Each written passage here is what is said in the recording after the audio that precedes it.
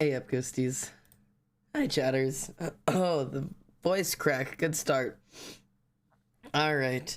Who's being on the carpet? Great question. Man, I love chats. Did y'all just not read the title?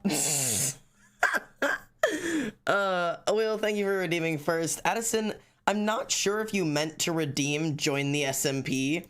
If you didn't mean to redeem that, I can get a mod to give you those points back. If you did mean to redeem it, you're gonna have to give me your Minecraft name if you want to join the viewer SMP.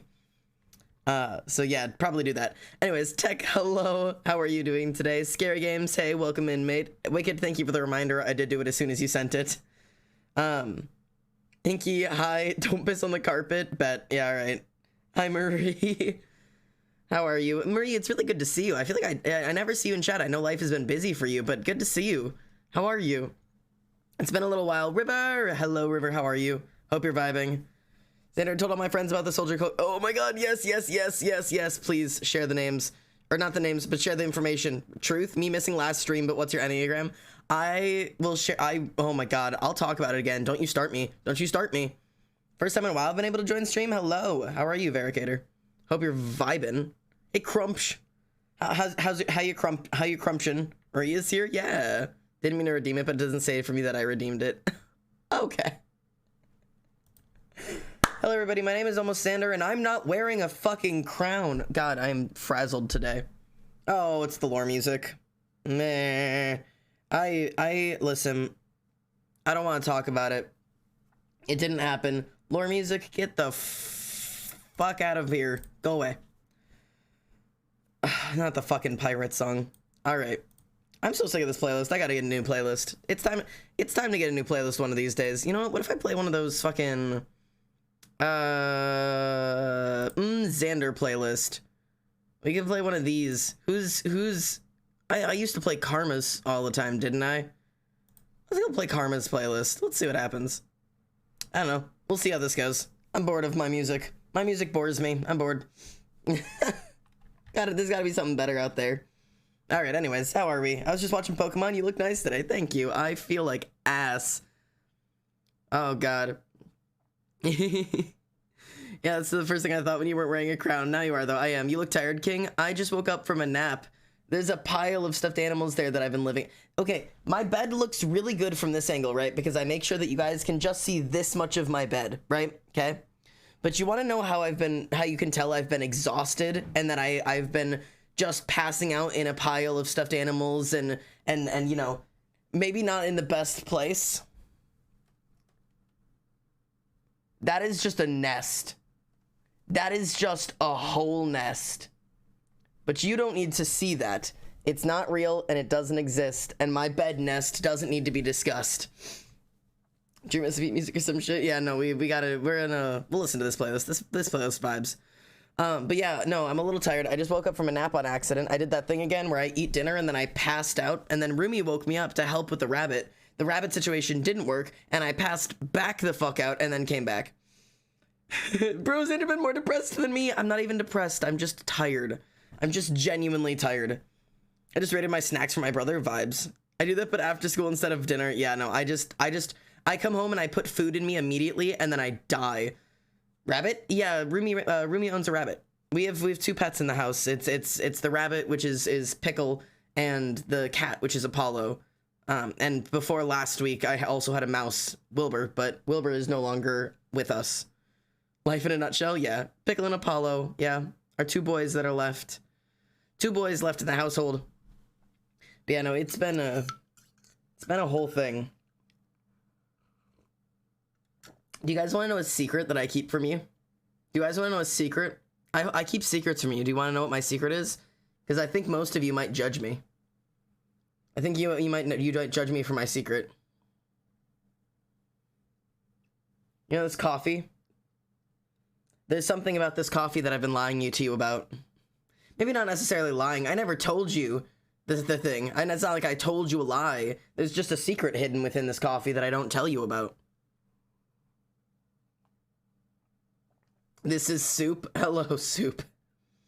There's no milk. There is milk in it, actually. I won't judge you, Sander. Valid. Yesterday I told someone who my crush was and they just kind of bluffed. Oh god.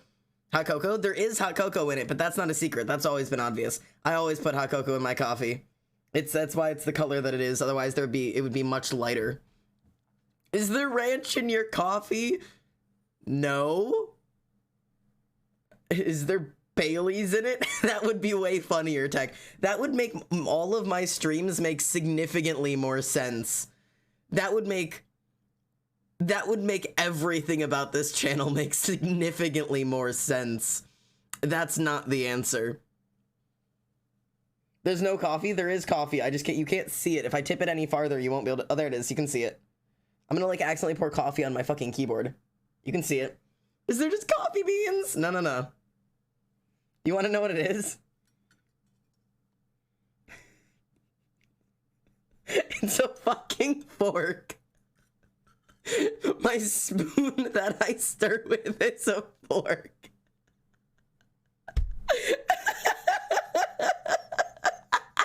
I knew you would all judge me for it. You use a fucking fork. Yeah, I do. I just, you know, nothing gets stuck to it, you know? Yeah, of course we're judging you. Fuck you. You know what? Next time I'm using a knife. Fuck it. Next time I'm stirring my coffee with a steak knife. Eat my ass. I don't attain to your rules that I have to mix my drinks with a spoon. Fuck you. If I want to mix my liquids with a goddamn fork, I'm going to. I'll use a steak knife next time. Eat my ass. I still eat pickles with a steak knife. It's easier to get them out of the jar. Just stab the pickle in the jar and eat it right off the steak knife. Fuck you. Huh? Mango on a fork? Good way to eat it. I'm gonna start using the wrong utensils for everything I do, just to piss you guys off. I'm gonna find a way to make it worse. Canceling you on Twitter? Do it. Twitter's a fucking mess. Addison's on my side. Discord, whatever do we do to make you take... hello, okay, alright, fuck you, shut up, alright, hear me out. I was, Tech, for you, first of all, I was gonna address you, because you wanted to know my, Enneagram, and I was, okay, I need you guys to answer me honestly about something, okay? I fucked up, and I talked about it in the Discord for a moment before I went live, but I fucked up. Yesterday's stream, I can't even fucking make into the highlights reel video that I was going to make to post as a YouTube psychology analysis video like I wanted to, because I didn't fucking put the thing on that mutes my goddamn music. So there's music on the whole VOD, which makes it entirely useless for YouTube. I'm lucky it didn't get the whole fucking VOD muted, because apparently I was lucky because I was on my stream playlist, which I know is all DMCA safe music, and apparently all Sleeping at Last music is DMCA safe, which is really good to know, and they're all getting added to the stream playlists. But what is playing right now? Oh, it's Camellia. Okay, and I was like, all right. But like, okay. I need to re-record it because I want to post this to YouTube because I did too much to not do that. But, okay, I've taken my brain a step further, and today I made little tattoo designs for all of the Enneagrams, and so I thought I could do that as an art stream, and while I was drawing them, I could re-explain them all. But here's the thing. You guys know all of them already. You've heard all of it. I did 4 hours of this shit yesterday. It's not like you missed anything. And so the question is, should I do that as an art stream and explain it all again on stream and make a highlights video out of that? Or should I just do that on my own time, do the art, just record the process of the art and record my voice or whatever and put those together to make a YouTube video out and not even bother streaming it at all? Because it would be a repeat of most of the same information, probably just phrased differently and maybe put together a little bit more. That's what I need your guys' actual out loud opinions. I don't know my Enneagram because you have to pay for the result. There's a free version of the chat. The quiz. I linked it yesterday. I could go link it again, but stream again. It's always a fun when you stream. Maybe a little both. How in the world would I do both? I could do the tattoos again and just not explain them as well. I could draw the tattoos on stream and then just do my little explanation for them and then do the rest of the drawing of the tattoo later. Yeah. The Sleeping at Last guy said, yeah, whichever song from the Enneagram album makes you cry is probably your Enneagram type. Speaking of which, I wouldn't mind streaming because I wasn't here. I miss. Okay, so maybe I'll do it on one of the nights that because sometimes people are here and sometimes they aren't. I wasn't here either. Can someone put the link again? We can find it. How did all of the people who want to know the Enneagrams apparently just missed yesterday? So I'll stream it. I don't fucking know. We'll find a day. Anyways, speaking of the whole whatever Enneagram you cry to is what you are. Listen, is it just me not understanding any of this? Enneagram is a personality type. You take a personality type and gives you a number result. That's all it is. You could do a Discord stage for it, but then you couldn't see me drawing. I'm gonna do it as a stream because I don't really give a fuck if the numbers are shit because my numbers are always shit. Have you noticed? My numbers are always shit. It doesn't matter what I do or how many followers I go up. My stream numbers will always be bad, and therefore, it doesn't really matter. So, do a double stream tomorrow? I actually don't know when I'm going to be able to stream tomorrow. If I do stream tomorrow, it's going to end up being way later than normal. Because I have shit that I have to do. That or I'm going to stream, like, Saturday. What if I streamed like Saturday in just the middle of the day? What if I just do that? What if I just said fuck it and just streamed in like the middle of the day Saturday and did like a double stream on Saturday? I don't know. Anyways, moving on. What was I gonna say? I've completely blanked. Oh, the whole,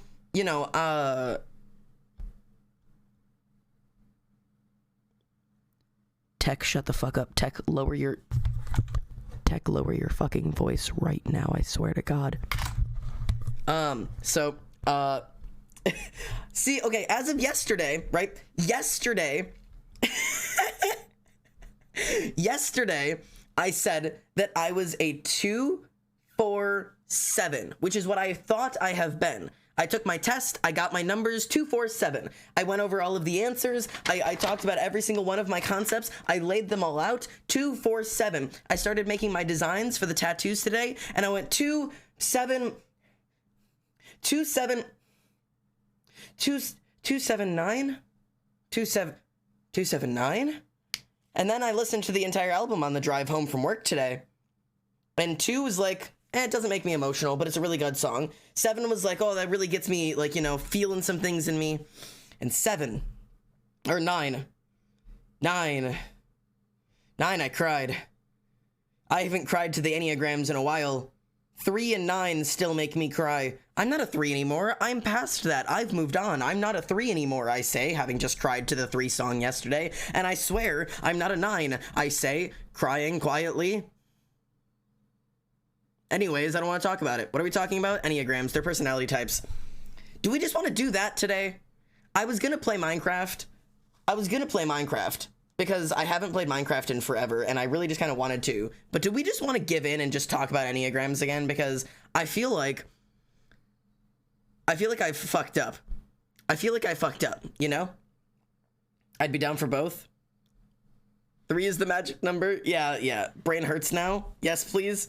Okay, I'm making a poll. Is there a mod in chat?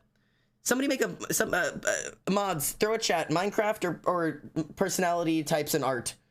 Minecraft or art. Somebody make a. Is there even mods? Mods, are you here? Sound off in the chat if you have a soul. Sound off in chat if you have a soul. Otherwise, I'm just gonna go make myself a poll. I love the Enneagram way too much. Yeah, never heard of it. It's essentially a personality. Okay. If you guys haven't heard of the Enneagram types, those of you who don't know what that are, do you know what Soldier Poet King is? That's the question. Do you guys know what like the whole Soldier Poet King joking thing is or whatever?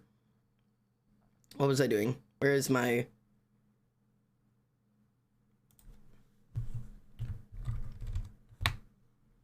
No soul sold it to Satan. You know what?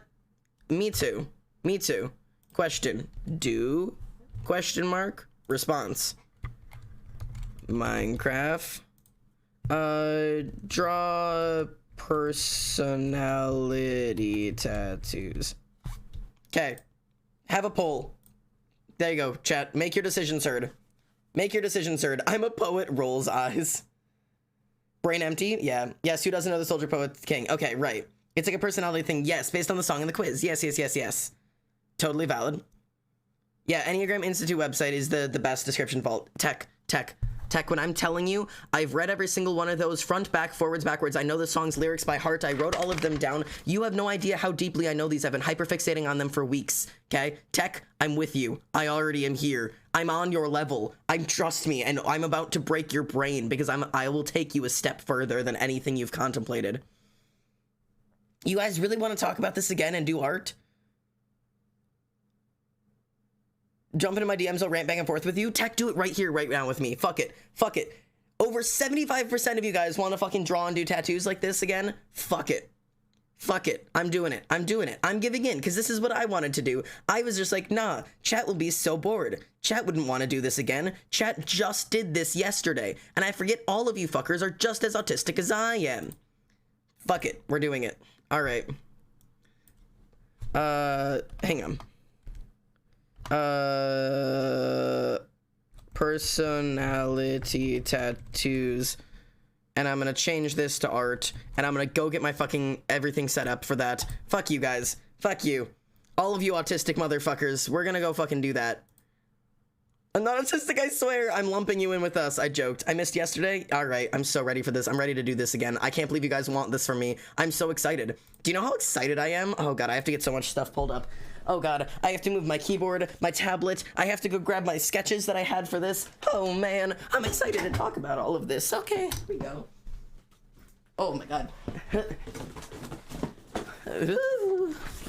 Okay, hang on. Okay, microphone, you're gonna come with me. Sorry if this is very loud because you're getting moved around. And the keyboard, you see the keyboard, this actually goes over here for art streams because it's actually directly in the place where I normally put everything else that I do. I can't put my keyboard and this tablet in the same place, you see. And then I have this, which is actually how I keep up my whole tablet because the tablet would be really low otherwise and I would have to be looking down, which is why when I started doing art streams, you got a lot of views of my forehead, which is really unflattering, admittedly.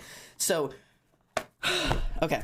I can't believe you guys want to talk about this again. I could talk about this all day. I've been talking about it all week. I'm begging for more people to talk about it too, but I already talked about it to everybody who gives a shit. Actually, most people didn't even stick around for the majority of yesterday because I read you all for shit and then you all ended up crying about it. And by all of you, I mean me. Anyways, okay. I'm gonna lose my shit. Okay. I'm missing...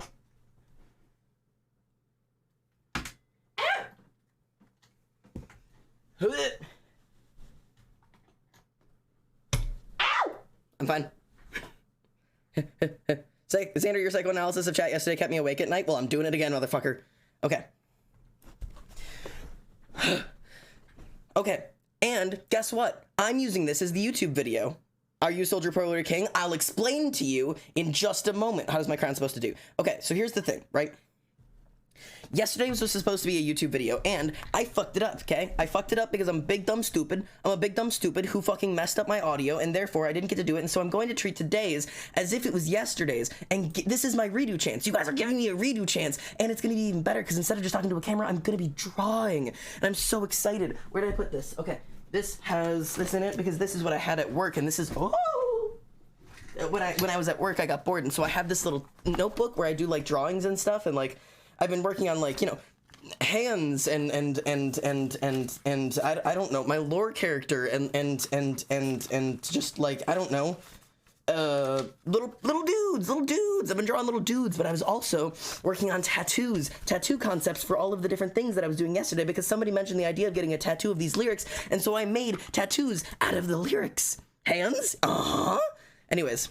I know it's so annoying about the audio mess up, but this is my redemption. It's my redemption arc. You guys are getting me a chance for the redemption arc. And all of you guys get free therapy. So, I'm so excited. Okay, you're such a good drawer. I know, I'm a really great piece of furniture. Pick me up at your local Goodwill and give you some smooches. I have too much energy now. Okay, let me really quickly do this again. Alerts are still gonna pop up on stream right here, but they are muted. So if you do redeem text-to-speech, just know that it is muted because I'm gonna be treating this like it's gonna be a YouTube highlights. And hopefully it works this time and I'm not a piece of shit. Okay. Okay. Hang on, let me make sure this works. Okay. Nah. This is the redemption arc. This is the redemption arc. Pick me up. Don't quote me. Don't you quote me. How dare you? Okay. Okay. So here's how I'm going to do this. I'm going to do it a little bit differently because yesterday I wrote it all out. And today I'm going to have to treat it a little bit differently, okay? Okay. Okay. This is fine. This is going to be just fine. This is my plan. Oh god. Oh god. Oh god. Oh god. Okay. Okay. All right. Okay, motherfuckers. Is it possible to do all of them at different points in your life? Yes, it's absolutely that. Okay? Perfectly possible. All right.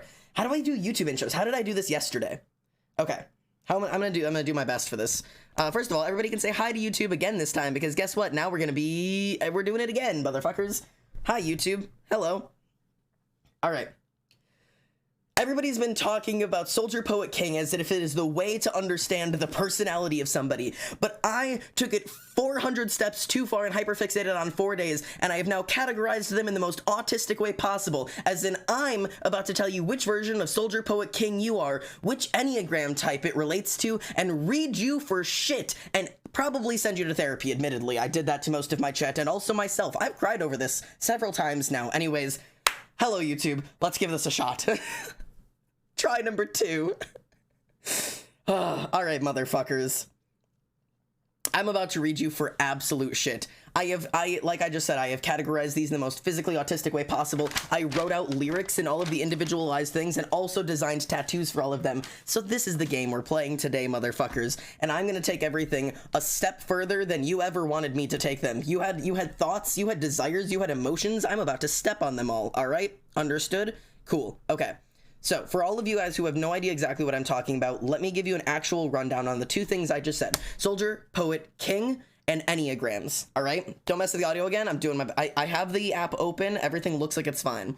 Let me double check this. Properties. No. Advanced audio properties. Wait, music. Yeah, okay. So, it looks like it's good. Okay. All right, we're good. So, let's talk. Soldier Poet King is a personality test based on the song by the Oh Hellos. If you don't know the song by the Oh Hellos, it is a song that says, there will come a soldier who carries a mighty sword. He will tear your city down. Ole, ole, olor. You know, it's that song. You've probably heard it on TikTok or somewhere else. And essentially, those 3 types talk about the soldier, the poet, and the king. And somebody on Tumblr, I believe, made a U quiz, and I can pull up the link for that for all the chatters who have not taken it yet. Soldier, Poet, King, and I will pull up this link for you, okay? That way, if you haven't taken it yet, you can get a chance to take it right here, right now with us, so that you can participate like everybody else. All right. Paste. There you go. Okay, so the link is in chat if you want to participate and take the quiz so you can, you know, figure out where exactly you are on here. If you've already taken it, good. You already know everything you could ever want to know about yourself. You have revealed the inner secrets of your life. All right? So, the creator also has a TikTok. Wonderful. Okay, cool. But yeah, so these are the Soldier Poet Kings, and they kind of relate into a certain type of life, and I'm going to relay those out for you by using... You ready for this? I told you I'm autistic and I like to make things make sense. Welcome to the chart. This is the chart I'm going to use to absolutely break down exactly who you are, what you mean, and read you for absolute shit. And as you can tell down the left side of the chart, we have kings, poets, and soldiers. I know that is out of order. I know it's supposed to be Soldier, Poet, King. I am doing King, Poet, Soldier, and the reason I'm doing it that way is because you'll see later. You'll see it when it lines up with something else, right? I figured out King is the most common to get. It is. Kings are the most common. It's actually, it goes kings and then soldiers and then poets, from what I understand. And we did like what do you call it? We tried to figure that out in chat yesterday, but yeah, anyways, so there's that. Okay. So kings, let's give you a quick rundown on what all of these mean. And I know we were over this yesterday. If you weren't here yesterday though, you get to be part of this now. Okay. Kings. I will start doing drawings once I explain to you the roles. I was momentarily AFK. What did I miss? Ink, we're doing this again, and we're doing it to draw, because I'm designing tattoos. There's a lot. Anyways. Okay.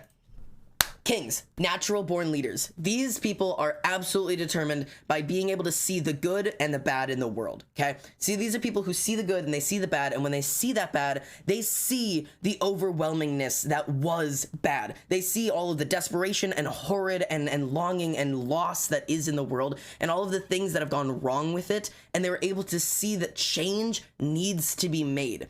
And not only that, kings know that they can be a part of that change. They are the type of people who step up, they gather people together, they lead people in charges or lead communities. These are the people that tend to be looked up to in times of trial. They are turned to in search of advice. They are pillars of strength that everybody tends to lean on or go to when they need assistance. And the thing that they revere, the thing that they hold most important to them is that service to others. The thing that defines a king is their service to other people, which is why a lot of people who are getting king are like, I'm not a leader. I'm not a person in charge. I'm not like, leading things or whatever. The point of a king is that you are in service to other people. That is the entire point of being a king, which is why so many people are so confused. Why am I getting a king? I thought I would be this. I thought I would be that. If your life revolves around the service of others, you are most likely a king. Make sense? All right, cool. Second section, right below our kings, we have our poets.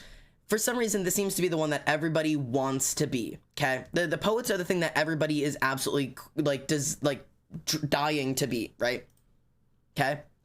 Now, poets are the people who have seen the bad in the world, but rather than seeing it and trying to defy it and stand up to it and we can change this kind of thing, have taken it and seen it, accepted it as truth.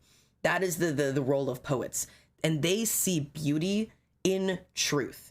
So they see the good and they see the bad and they see the strong and they see the weak and they see the black and the white and they see beauty in all of it because they see beauty in truth. That is the thing that poets revere. Above everything else, they hold high the standard and the desire and the requirement of seeking truth above everything else. They also are the type of people that have are viewed a lot as like being restful and not interfering with the world and, maybe like stepping away and watching from the sidelines. But that's because they're not trying to fight against the nature of the universe. They're accepting it as part of them. Just below our poets is our final one from this U quiz, which are the soldiers, right?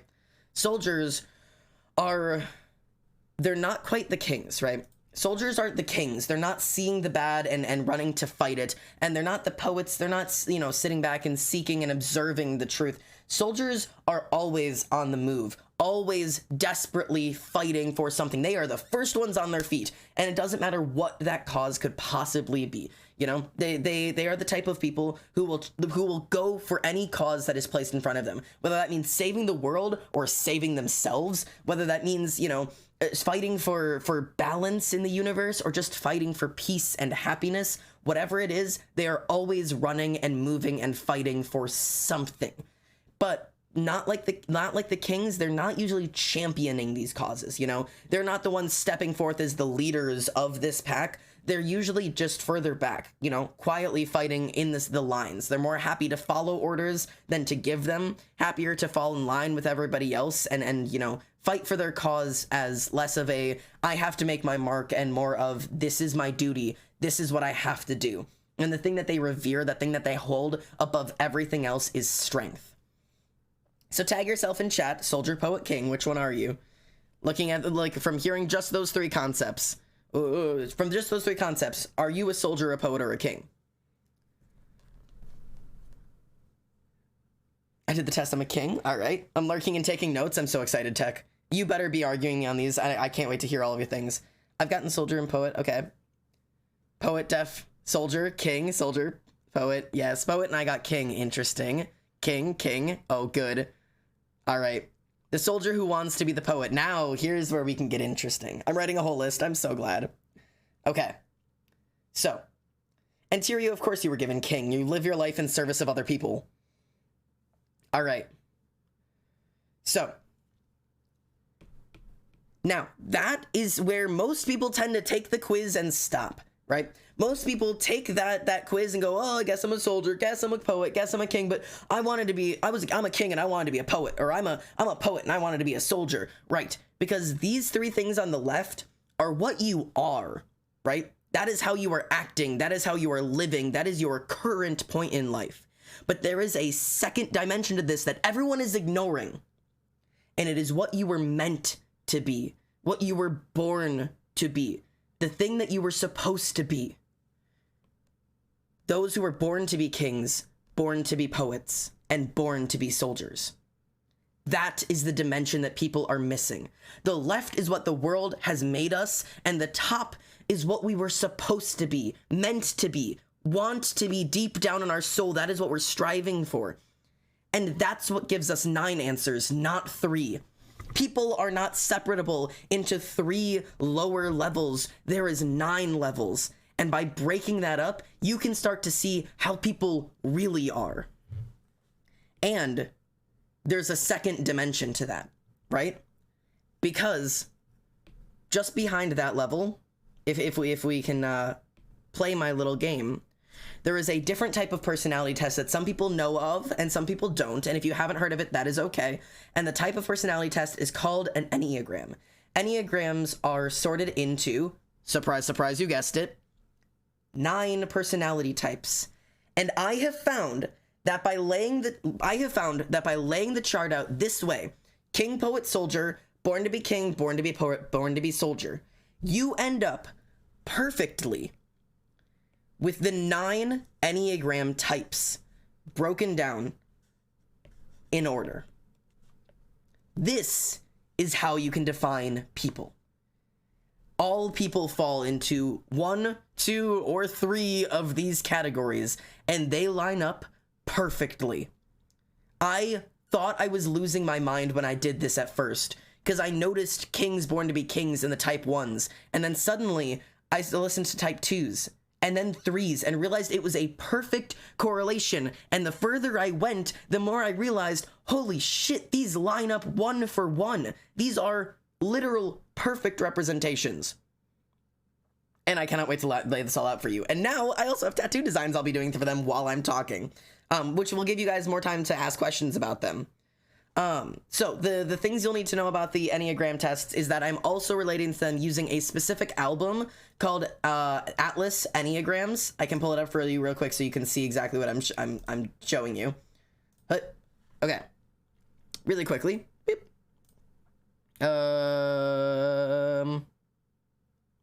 All right, this is the album Atlas Enneagram by Sleeping at Last. This right here is broken down into 9 songs. I will take several of the lyrics from each one of these songs to help me define the 9 Enneagram types, and the lyrics from these 9 songs are what I use to design the tattoos I'll be drawing today. Because this is something else, man. I'm so interested in your opinions on this because my initial guesses would be very different. I know, I can't wait to show, I'll tell you, I blew myself away with these, all right? So anyways, if you're ever like, where are these lyrics coming from? Where are these quotes from? These are the 9 songs, and if you'd like, I can really quickly pull up the free version of the Enneagram test for you. Enneagram. Okay. And I will give you the free test, but I will tell you right now, the better way to do this personally is, rather than test, listen to what I have to say and/or go listen to all 9 songs and find where you fit. Find the part that hurts the most. That will tell you a lot more. But here is the free test if you are interested in taking it. All right, let's get into it. Are we ready? Are we ready? Because I'm fucking ready. Yeah, read as much as you can. Websites, books, all of it. So, I have my little things here to tell me exactly what I'm going to be drawing for each of these. Oh, okay. And I'm not sure how good I'll do for these. I'm going to try to do like slight sketches and maybe I'll get to line art for each of them, but I'll try not to. I don't want to take 7 years to do this, especially because it's already 7:30. Physically, yes. Mentally, no. Oh, don't you worry. I'll psychoanalyze every single one of you guys. All right. I have so many questions. Yes. I'll do them after stream to not mess up the flow. No. Ask them while I'm drawing. It'll be way better. Let me take my little rant, and then while I'm drawing, ask all the questions and everything you have to think about it. Everyone grab your tissues. All right. Part 1. Kings meant to be kings. So, in our very first section, let's do this. We'll merge these down. In our very first section, we have our kings who were born to be kings. And I have labeled these the natural or idyllic kings. The idealistic kings. Kings born to be kings. Okay? And I'm going to start going over here and a doodling while I talk about these. I guess I'll just do screen size. That makes enough sense to me. All right. Kings meant to be kings. These are your idealistic kings. These are the people who were able to look out at the world, look at everything that the world had to offer, and all of the things that were in it, the good and the bad, like kings are supposed to do, and they went, no, hold on, I can fix this. That was their first thought, seeing the world. They looked at all of this and they went, I could do something about this. I could fix this. And that becomes their purpose in life. They see the ability to make change and decide that is what their life is meant to be about. These are leaders, they're the type of leaders that you think of when you think of, what does a leader mean? Or what is the king? This is what people think the kings are supposed to be. The problem with this is that it becomes the definition of who they are. And it becomes, I'm the king, I have to fix this. And if I can't fix this, if I can't find the solution to this, if I can't solve this, then what am I doing? It becomes the weight of who they are in life and the weight by which they measure their own sense of value. All of it becomes, if I can't fix this, then what am I even doing? Why am I even trying? If it's unfixable, why keep going? And the thing about that's dangerous is that it applies to themselves. That if I can't fix it, why keep trying, applies to them. And so it becomes, I have to fix this, I have to fix this, I have to fix me.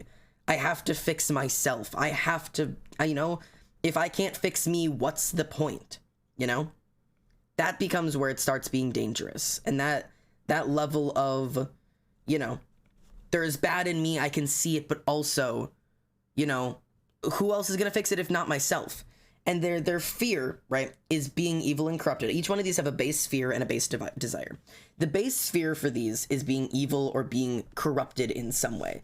That is the thing that really gets these people, anxious. And the desire out of all of it is to be good and balanced and truthful, honest, those kind of things. That is the driving force behind them. Which is also why, if you've noticed, or if you haven't, I'm currently drawing myself a little bit of a scale. Because I decided for this tattoo that one of the important parts of this is balance. Balance in the world, trying to find the balance between the good and the bad, and also trying to make sure that you yourself are always balanced, no matter what you do. The problem is there is no balance. No one's fixing things that I see are wrong, so I have to do something about it. Exactly that. And they're really convinced that if they can't, that if they find out they can't fix things, that the people around them will lose what they look up to them for. A lot of number 1 Enneagram types are the type that are like, they feel that everyone stays around them and depends on them because they can fix things, because that's become a hallmark of who they are and what they rely on in terms of life.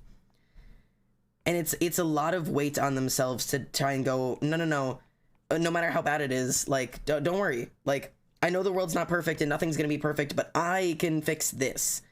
Because if I can't fix this, what else am I supposed to do? I'm going to make these bigger. And these are going to be like my best attempts at trying to figure out how to draw. So judge me on another day, because I'm not here for it. So what do we think about number 1s before I give you guys the lyrics for them, for those of you who missed yesterday's? I'm going to do this. What do we think about number 1s? Do you know any number 1s in your life / are you the number 1 in your life? I don't think we had yesterday night. I don't think we had a single number 1 in chat. I don't think anybody was a number 1. It's really good, Xander. I did 1 out of 7 pages. Yeah, there's a lot. Ones are given the name of perfectionists. Also, my mom is a 1. I don't know if my mom is a 1, but it definitely feels like she could be. But yeah, perfectionists are the label for them. Tech, you can give our professional labels if you'd like, because I don't have those memorized. I've thought about it, but that's a lot of work. Now, obviously, scales, balance. I'm gonna... Oh, God. Let me... Whoop. Right. Scales. But there's an extra piece to this. I'm a 2, my mom's 8. Valid. Kind of relate, but not fully. Yeah, that's valid. Sorry, I'm focusing on the test because I can't focus on 2 things at once. That's okay. Take your test. Take your test. You're good. I'm going to make these a little bit bigger because my explanation for the tattoo here for this one is the concept of... And I made sure for all of the kings, because this is a king row, that for all of the kings, I've included a crown in this. And this is just a little doodle of a crown. I'll figure out if I want to do a more detailed crown later. Right? This crown weighs so heavy on their sense of self-worth that it becomes the tipping part of their scale. Their scale becomes focused on, you know, I have to hold this up. It becomes the weight that is like bearing down on them, if that makes a certain amount of sense. There we go. And do you know what it starts to outweigh? This little crown that we've got going on there. Do you know what it's actually outweighing?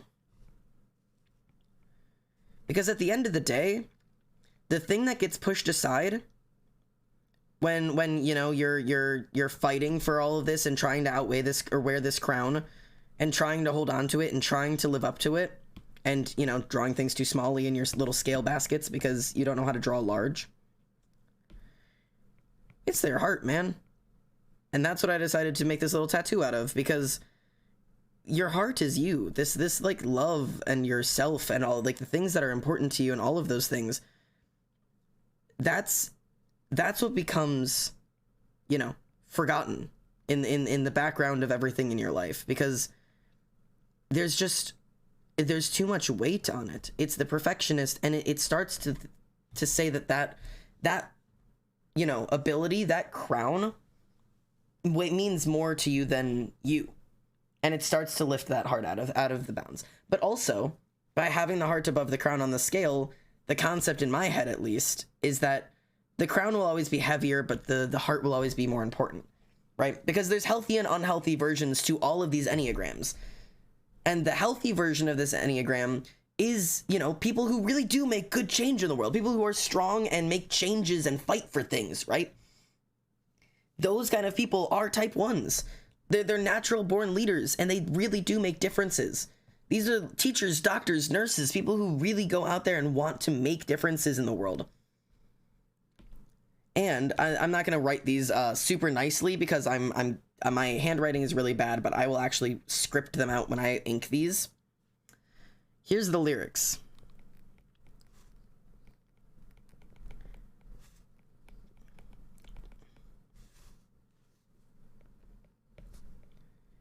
Enneagram type 1. Grace requires nothing of me. So, Enneagram says I'm a 9. I got 2, 4, and 9. Ooh, I'm excited to talk about those. So, out of my little chart of lyrics, I chose the lyric "Grace requires nothing of me" because there's a lot of lyrics within the type 1 song, and the ones that I've set aside are: hold on a minute, I believe we can fix this. I want to sing a song worth singing, an anthem worth repeating. Feel the transformation, melody of reformation. The list goes on forever of all the ways I could be better, as if I could earn God's favor. I've spent my whole life searching desperately to find out that grace requires nothing of me. And that's the healing part of this, because I wanted each of these tattoos to be representative of not the part of this that ruins us, the constantly striving to save something to prove your worth, but the healing part.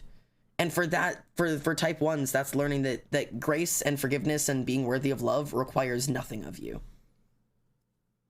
Type 1 tattoo? What do we think? Obviously, I'll have to like actually ink these, but what do we think as a concept? I also want input on, in terms of like, is this a good tattoo design, or is this a shit to tattoo? Never really true. It's amazing, valid. That song resonates. Yeah, that song is really something. I don't know exactly what I want to do in terms of the design for this, but I feel like maybe I would end up doing like this. Hey, what was this? Hey, wake up is home. Thank you for the follow. I'm fairly certain I am awake, so thank you for the reminder. Definitely very conscious right now. Can confirm. Do something like that, I think. Like, I'd have some circle behind it, and then I would make sure the scales are like equal length from it. Like that. Oh god, you're the type of lame person. Oh, you've been in a coma for 15 years. You know, you know that joke is like older than the entire internet? Get a new bit. You're not funny, nor are you interesting. Go away. I'm not interested in you. Anyways. Go get a life. Alright. That really triggers my derealization. Love it. None of you are asleep. None of you are in comas, and all of this is real. You're fine. Don't let stupid people in chats to do anything stupid enough to cause you issues. You're here. You're here with me. You are here. You're good. Feel your body. Feel your house. Hear the music. Nothing's anywhere but here. People have been playing the same trick for a long time, and they've never gotten any better at it. Alright. Any hoodles. Any hoodle-loodles.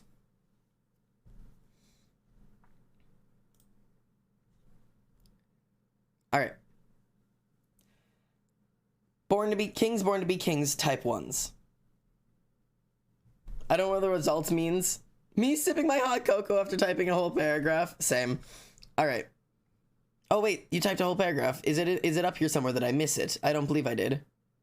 I don't believe I did. I've been reading all of chat. I want to interact with chat on anything. Oh, you're typing out... Got it. You're typing out what I say. Ooh, interesting. Okay. Alright. No, it's on my iPad. Alright, lovely. Okay. Type 2s, or chapter 2, whatever you want to say it. I'm gonna make a cup of tea. Oh, you better buckle in.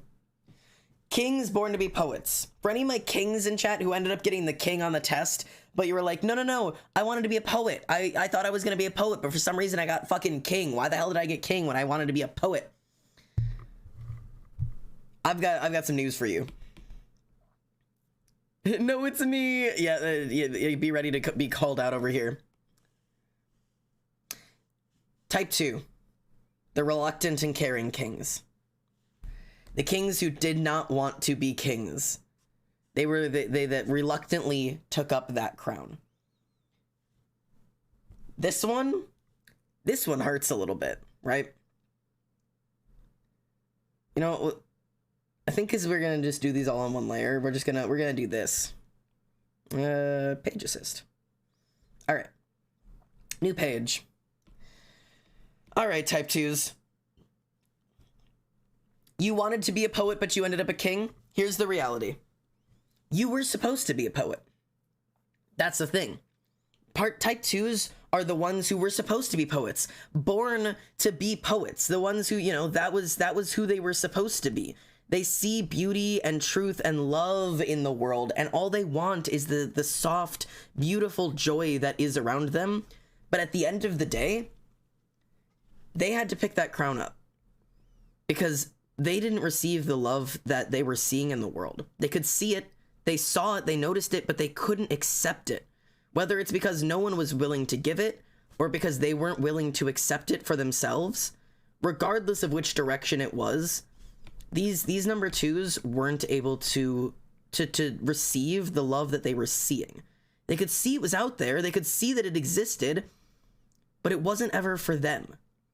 And that's where these type 2s end up having to pick up that crown, because type 2s are the people who have decided, you know what, I can see that there's good and there's love and there's beauty out there, and if I had to be without it, I'm going to make sure that no one else has to ever go without it again. and so they are givers. They give and they give and they give until they have nothing left to give. That is the entire goal of type 2. It is, I will lay myself out for you and make sure that you get all of the love that I never got. You, like, I will say all the things I never got to hear, and I'll do all the things I never got to do, and I will be there for all of the moments that nobody was there for me, because I don't want anybody else to ever have to feel like that again. That are those number 2s. And there is a lot of wishing that you were able to feel that love. And for sometimes it's because, you know, didn't receive it, but sometimes it's just I can't feel it. That I know there are people around me who love me, and I don't know how to receive that love. You know, even if it's there, even if you know your friends love you, even if you know your mom loves you, or your grandma loves you, or whoever it is, you know, they keep telling you that they're here for you, and you just can't see it, you can't feel it, you don't know where it is or how to accept it. Those are your type 2s. They can see the beauty in the rest of the world, and they can't seem to find a way to feel it themselves. You know, their basic fear, the basic fear for number 2s is to be unworthy of love. They fear that they are unworthy of love, and that's their greatest fear. And their greatest desire is just simply to be loved. That is what they want more than anything else, is just to be loved by others. And that is not an easy thing, because if you can't accept it, how can that desire ever be fulfilled, you know? So the lyrics, yeah, people are asking for the lyrics. So the lyrics for these that I've chosen from the song are, I will love you without any strings attached. Take the oxygen straight out of my own chest. I just want to love you well. I just want to learn how, somehow, to be loved myself. No, I don't want to talk about it, or I don't want to talk about myself. Tell me where it hurts. I just want to build you up until you're good as new. Maybe one day I'll get around to fixing myself too.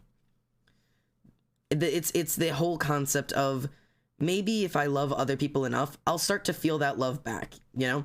If I can help enough people and love enough people and give enough to others, you know, maybe I'll start to feel it myself, and I'll start to see what everybody else is talking about, and I'll get to be a part of this, you know? Maybe I'll get to feel what everyone else seems to be feeling that I just seem to be missing. And in the meantime, they just give. They just give and they give and they give. It can only be exhausting and agonizing, I have to assume. I say, as a type 2, I have to assume about myself, I say. So, any type 2s in the chat over here? The typos in my chart are unreal right now. Yeah. Shit, wait, the things I was feeling yesterday are making sense now. The dots are connecting.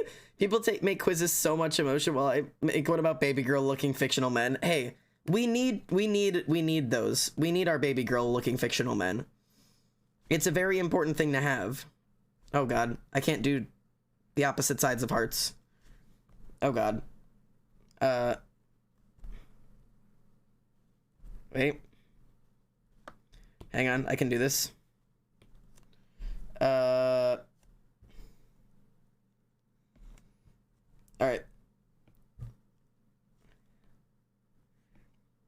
Pro tip. That's the only way I know how to make my hearts equal. Because digital art. Hahaha. There you go. So, as you can tell, I have a very specific design for our number 2s, because this is the whole concept of it.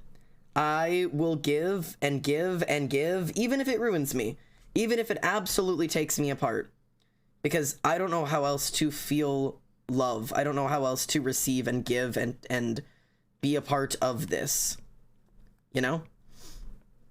So this is my design for number 2s. I want to hear number 2 thoughts in there. I'm probably a type 2. That's valid. It's easy when you're so used to giving, you don't notice how little you have. Yeah. My dad is a 2 and my ex. Okay. Imagine you are your ideal relationship, me and an arrow ace person. Huh? Yeah, that's valid. That's valid. They really do be assuming things out here. And I'm gonna make the cracks look nicer. This is my little doodle. Gentlemen of the jury, I'm curious. Bear with me. Are you aware that you're making history? Sorry, Alexander Hamilton came on, and I tend to not being able to control myself. I intend to prove beyond a shadow of a doubt without my assistant counsel. Anyways. All right.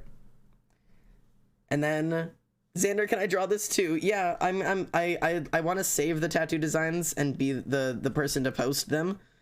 But like, it's not like I'm the only person who's ever drawn this concept before, you know? So like, I'm not the first person to draw a torso with a hole in it. I'm sure other people have done it before me, and I'm sure they've done it better than me, and I'm sure you yourself could do it better than me, Marie. But yeah, if you want to draw them as well and draw them better, feel free. And I have decided like I said, for all of the kings, I have at least in some way included the crown. And I've included it in a little bit of a different way for each person. And for this one, I had trouble figuring out exactly how I wanted to include it, but I really think the most true way to do it is just, you know, to leave it there. But I wanted to add it in a little bit of a, you know, like, if you follow my thoughts here, right?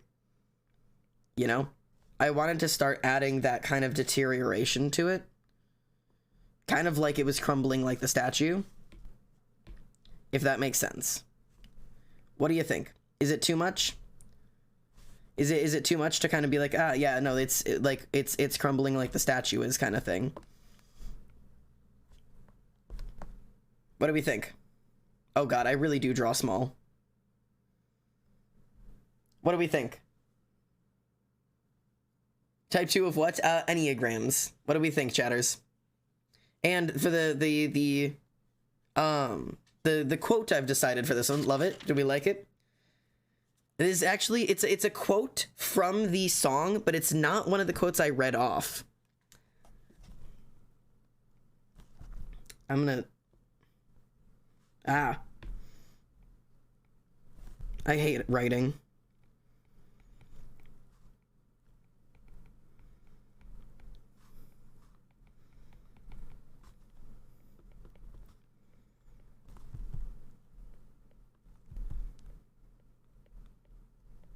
What a privilege it is to love. There it is. This is my tattoo concept for type 2s. What a privilege it is to love. Because that's the thing about these, is that for type 2s, this is a privilege. This is their purpose. They don't see this as some kind of burden on them. This is what a privilege it is to be able to love and give this deeply, to be able to offer up so much of yourself to the people around you. What an honor it is to hold you up. And that's the good part of these. The healing, the healthiness of these type 2s is that ability to give and love with this insane, wonderful, giant part of you. To give more than any other person in the world would be willing to give, and to give it with excitement, to be able to love that way, to be able to offer that kind of support and be there for people. That fulfills you and brings you joy. There is a healthiness to type 2s. Of course, we all know what the unhealthy look of type 2s is. We all know what it's like to look at someone and who just gives too much, who gives and gives and gives and never receives anything back from it. And, you know, it is just a concept, you know, constantly just shelling themselves out. People who will sell themselves short.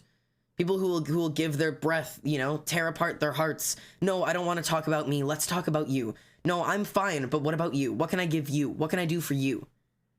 Of course, there's an unhealthiness to it, but there's also a beauty in being able to love that deeply.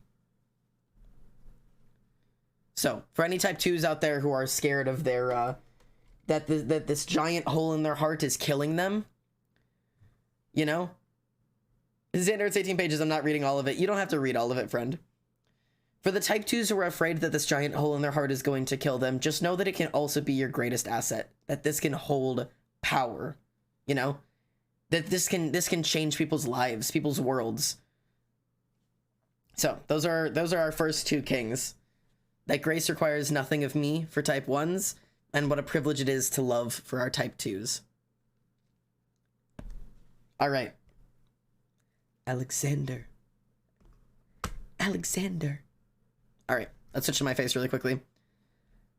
2s and 9s are almost always mistaken or mistyped, but if you read a lot, they're actually very different. They're very different. I'll get to that, trust me. I'm useful? Deeply. Is it weird that sometimes I wish I was that kind of person, that I could just give my entire being to someone even if it killed me? The thing is, and I'd like to talk about this for just a second, type 2s, and this is a genuine thing, both with the song and just in general, type 2s are romanticized and idealized because we keep getting told that that's what you're supposed to be, you know? That if you're not willing to give every piece of you to people, then are you really a good person? If you're not willing to put every single person above yourself, are you really a good person? If you're not willing to rip the heart out of your chest and hand it to the first person you see on the street, are you really that good of a person? This is romanticized. Everyone wants to be a 2. Look at the album. Number 2 is the most listened to song on the entire album because it is that romanticized, I'll give everything to you. I'll love you with no strings attached. Maybe someday I'll learn to love myself, but for now, I'll love you so much that it'll make up for hating myself. That is not romanticized. That is not the way you're meant to be. That is not healthy. Putting everyone else before yourself is not the healthy version of a number 2, and it is not the romanticized version of a human being. You are not supposed to be like that. You come before others, and that's okay. It is good to be selfish. It is good to care for your mental health before anybody else's. No one's mental health is your responsibility besides your own. Stop romanticizing the number 2s. Just because everybody wishes and wants and desires to be a 2 because I wish I could give everything, I wish I could feel that deeply, that is not going to solve your problems. It doesn't make more people like you or love you. What it does is it makes people dependent on you. People are willing and able to take more from you. You know?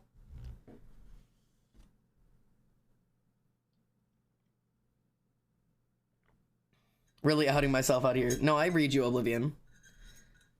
Free therapy, I guess. Yeah. I think maybe that if I love someone else as much as I possibly can, they'll love me back the same way. But that's the problem with number 2s, is that it doesn't happen that way. You can love that deeply, but it doesn't come back that deeply because you have unreal expectations. Giving your entire soul to someone does not mean that they are capable of or willing to or able to give their soul back. Do not put unrealistic expectations on others. And don't put them on yourself either. Yes, a mistreated number 2 leads to a number 8. All right. While I leave the number 2s crying in the corner, and Tech, you can break me down on anything I got wrong about that, but I'm hoping it's coming across okay. Do you agree with my stances so far? A lot of my therapy sessions have been talking about being afraid of being selfish. The number 2's greatest fear. Hopefully I'm living up to your expectations so far, Tech. Because these mean so much to my brain. What is our next one? Oh god. Okay, this one's gonna be one I'm gonna struggle to draw. Okay. Part 3. Kings born to be soldiers. Let's talk. Kings who were born to be soldiers. Kings who wanted to be, wished to be, or were supposed to be soldiers. These are the forced or driven kings. And don't try to look them up by this title. I just made all of these titles up. I made them up based on my own thoughts. These are forced or driven kings, okay? And the problem with these, right? The forced or driven kings. Oh, it's the sad one. Yeah, this one gets me to cry sometimes. The problem with these is that unlike the other two, right? The type 1s are kings who were born to be kings. They wanted to be kings. They saw problems and they wanted to fix them, kind of thing. And the type 2s are, they wanted to be poets, but they took up the crown. They said, if I can't feel this kind of love, I'll make sure that everyone else in the world can feel it. If I can't feel it, I'll give it and give it and give it until I have nothing more to give. They picked up that crown to create that community that they needed for themselves. Type 3s didn't ask for this. Type 3s, I call them the forced kings because they didn't ask for the crown, man. Type 3's name is the performer. Thank you, Tech. type 3s did not ask for the crown to be placed on their head in you know, my sorting of all of this, okay? These were people who started or were born as soldiers. If you remember what soldiers are, it is constantly moving and seeking. And for, you know, people of this type, of type 3s, moving and seeking as a soldier, you know, the way you were meant to be, means moving and seeking, for the most part, knowledge. You wanted to learn new things, see new things, do new things, and learn and see and do as much as you physically could, right? That was the original concept of it. Except here's the problem with that. When you are moving and seeking and chasing knowledge and new experiences and trying to try everything and, you know, trying to succeed at as many things as you can, you start succeeding. You start achieving. You start excelling. And when adults, teachers, parents see you excelling, they start expecting. It becomes the, man, you're really good for your age. You're really smart for your age. You're really mature for your age. Oh, isn't she beautiful? Oh, isn't she clever? Isn't she funny? Isn't she smart? Isn't she talented? And that crown slowly begins to build up on that, on your head. It slowly grows that weight of, this is what you're meant to do, you know? Everybody has been complimenting you since the day you were born, since the day you started walking. Oh, how pretty you are, how smart you are, how clever you are, how funny you are, how talented you are. And it becomes the basis of who you are. Who you are becomes how talented are you. Who you are becomes how smart are you. And slowly it develops into, I need that feedback to survive. You know? And that they 3s refuse to let it fall off. That's the thing. Once the crown is on their head, they refuse to let it die, refuse to let it fall away, because it becomes, you know, what they value their worth on. Their main fear is to be worthless, and their main desire is to be or feel valuable. And these compliments, you know, these like being told of how great they are at each individual thing or whatever, is what feels like it gives them value, which is why they're not willing to give it up. But suddenly it becomes, if you mess up, if you slip, if you make a mistake, that crown falls, and it's going to fall apart. It's going to shatter, because you are human. You cannot keep up with that kind of expectation on yourself. You just can't. It's not survivable. You put expectations on yourself that nobody could live up to. And so you will find anything that has become the thing you get complimented for. It doesn't matter of, oh, you were always so pretty. Oh, you were always so smart. Oh, you're always so funny. You were such a good dancer, such a good artist. And you take whatever that compliment was and you fashion a personality around being good at that. At being, that's the center of that. That is who you are now. That is your identity. And if that falls, it's over. And the problem with number 3s in that case is they will throw away anything that they really enjoy. They won't even ever seek it out. They're never out there looking for, you know, what makes me happy? What do I want to do? Because they're so focused on, what do I get praised for? What gets me that attention? What gives me the feedback that I've been searching for? You know? So they're people constantly being placed on a pedestal. Constantly being told, you know, this is what you're good at. This is what you have to do, you know? This is what you're supposed to do with your life, is this specific thing for this specific reason, because, you know, you've always been so good at it. It becomes exhausting. It really does. I believe I was a 3 all of my life growing up, and I definitely still have the remnants of it. I can still feel it in my bones. I still will cry to the song of it, because there is still this shame in no longer being that person, being the smart one, the funny one, the pretty one, the talented one, you know, whatever it was that you were, and no longer being that. No longer being able to live up to the expectations and not getting that same praise anymore. If the crown falls, you feel like you've lost everything. And the problem is that it's inevitable. It's going to fall. Now, again, there are healthy versions to all of these. There is a healthy version to all of these, right? So the healthy version of this is that they can and will succeed at anything they try to. They will seek anything out and they will absolutely fucking excel at it. They will make sure they are the best in the room every time they step in. They will be your high achievers, you know, the people who get those scholarships, who are prodigies, who go on to do crazy, amazing things. But they are also, your number threes are also your burnt out gifted kids, because that pressure isn't survivable for everybody. Not everybody gets out of that okay, if you know what I mean. Because for some people, they can take it in a healthy way and continue to grow and expand because of it. And for some people, it will crush them. The weight of that expectation will end up being too much. Not everyone, but there are a lot of people who it will be too much for them. So that's why, for myself, this is the tattoo concept. The tattoo concept is you. You're the heart that you've laid up on this pedestal. You're the thing that you're trying to show off. It's just you. It's all you have to offer.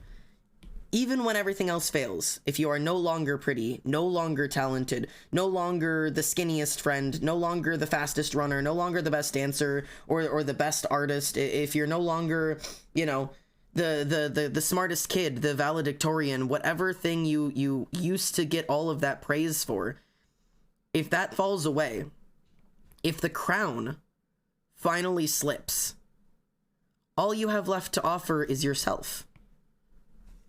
That's all you have left to put up on that pedestal and ask, is this enough? You know, is this enough for you? Can just me be enough? And that is a hard question to ask and an even harder question to answer because, you know, I say, of course it is. But I can't answer it for you. Is being just you good enough for you? You know? And so, the crown lays shattered. And the quote I've said, the quote I've chosen, there's a bunch of these, right? This conversation is a very big thing, and I love that you're speaking in your way about it. Love your energy, and also hi. Thanks, Forrest Trimi, and thank you for the follow. Welcome home, mate. It's an honor to have you here with us. This the lyrics for type 3. Okay, here's the ones I didn't choose, and then I'll tell you the one I chose. Maybe this trophy isn't real, and with or without it, I'm good enough. Finally see myself through no one's eyes but my own. I see an image of my brokenness, utterly worthy of love, where work and rest are equally revered. And then the final one finishes with,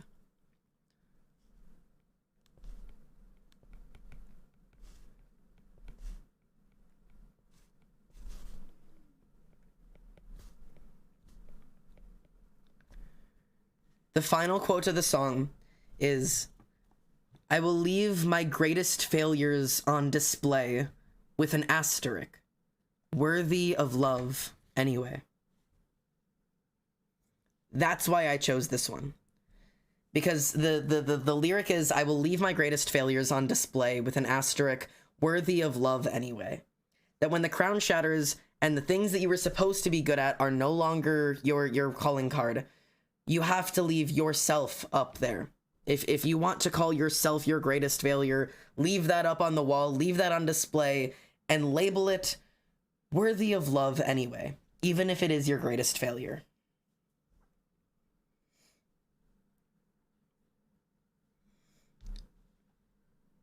I'm gonna go back and read all of chat now. People pleasers in a way? Oh yeah. I can break you with why 3s are connected to 9s so much, but I'll get into it when you talk about 9s. Good, because I'm both of those. They'll actually only focus on the positive in the way that they will seek out things they can do well and succeed at instead of the things they can't do. Very true. But it also means that they don't seek those challenges.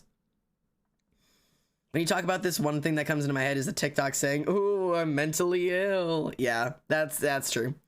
Fuck, I'm a 3. Yeah. It's exhausting being the smart child. It sure fucking is, kid. Sorry, I shouldn't call you kid, but I need to catch myself. I keep accidentally calling my chat kiddos, And like, I feel like it's like infantizing, so I don't want to call you guys kiddos unless like, you know, whatever. But I'll be right back. Made Nugget just got here. Oh, Madre Nugget. Say hi to Madre Nugget for me. I saw a video saying how gifted is a curse, and it's true. I feel like I'm a 3. I'm try to be my best, but I'm not. Whenever I get something wrong, I physically break down. I'm trying to be the top of my class. I'm trying to be a perfect student, straight A's, but it still feels like I'm not enough. I totally get that. But the thing is, hang up your C's, your D's, your F's. Hang up everything you fail and say, you know, I messed up. I didn't do my best. I wasn't the smartest, the greatest, the best, and I'm still absolutely hold value, and I am absolutely still worthy of love. I don't know if this makes sense, but Xander talking about Enneagram types, giving the same experiences inside, makes you realize a lot of stuff about yourself and honestly feels like a whole spiritual experience. I'm so glad. I don't know if you can tell, but I'm doing the thing again where I itch the tip of my nose because I'm nervous about my current performance. I'm anxious. I'm not doing well. Gonna take my cup of tea and cry. Oh no. All right. Tech can tell me how far off or how I'm doing on that one. But I got too sad, so I'm trying to find the most baby girl image of Germa. That's valid. I'm scared because I'm about to be psychoanalyzed now. Yeah, you are. You're doing great. Fuck yeah. All right. So, regardless, these are our kings. Grace requires nothing of me, type 1s. What a privilege it is to love, type 2s. Worthy of love anyway, type 3. From the solid crown of weight to the crumbling crown to the shattered crown. Those are what I have. This is all spot on from what I've learned. Tech, are you enjoying it? Do you have any arguments with me yet? Because that is the final summary of the kings. Those are our 3 king types. And while Tech decides if you've got any points to fight me on yet, kings in the chat. Were you a born to be king? Were you a born to be poet, or were you born to be soldier? If you ended up being a king, which king are you? Tag yourself in the chat. Are you an idealistic king, a caring king, or a driven king? I'm happy stimming so much. Yes. Okay, I'm glad I'm fulfilling something here. I'm so excited. But tag yourself in the chat. Personally, out of the kings, I am the reluctant caring king. Not so much reluctant anymore, but definitely a caring king. I definitely am also a forced king, but I don't know which one. I don't know which one I am. I'm somewhere between a caring king and a driven king. 2, but used to be a 3. I like to think I used to be a 3. Tag yourself. What type of trauma do you have as the king? I'm in pain. Good answer, Marie.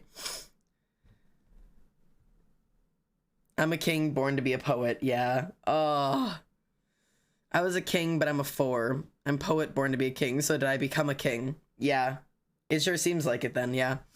If you were labeled as a king, but you feel like you're a 4, and I can do, I've been doing stuff like these where I can show you exactly how, if you find your 3 highest, I can tell you what it tells you about you.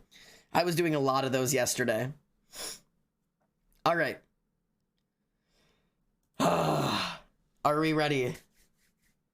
Type 4, poets born to be kings. There's a lot to say here.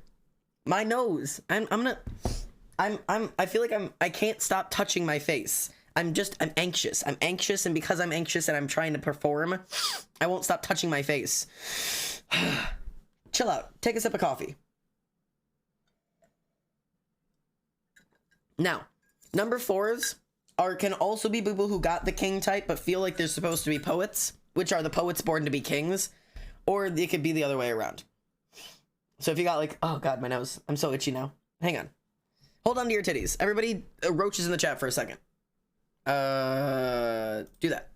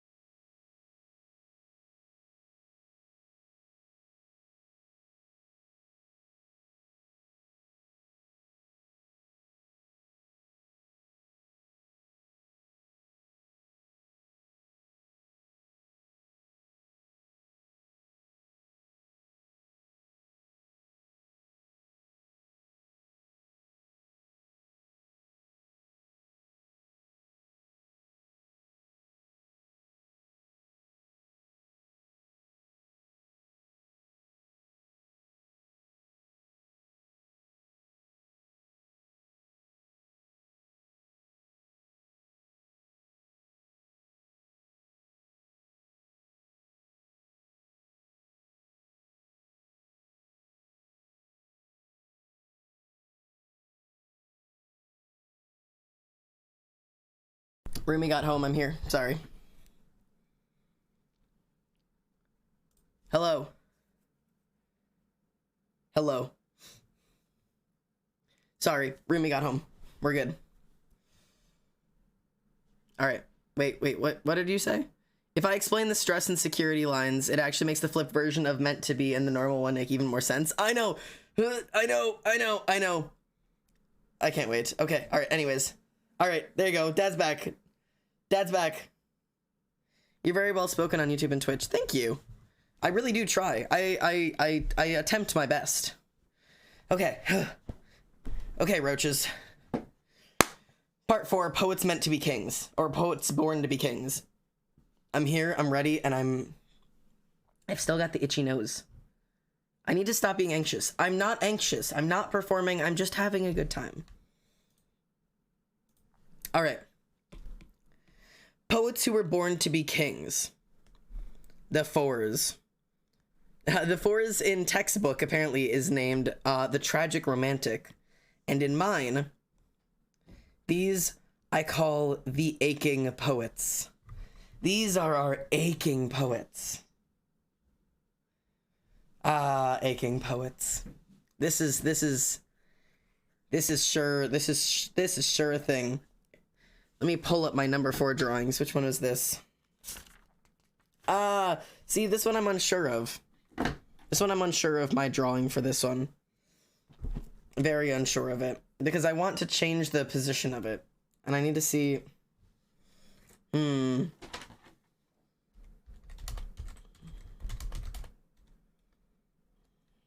See if I can...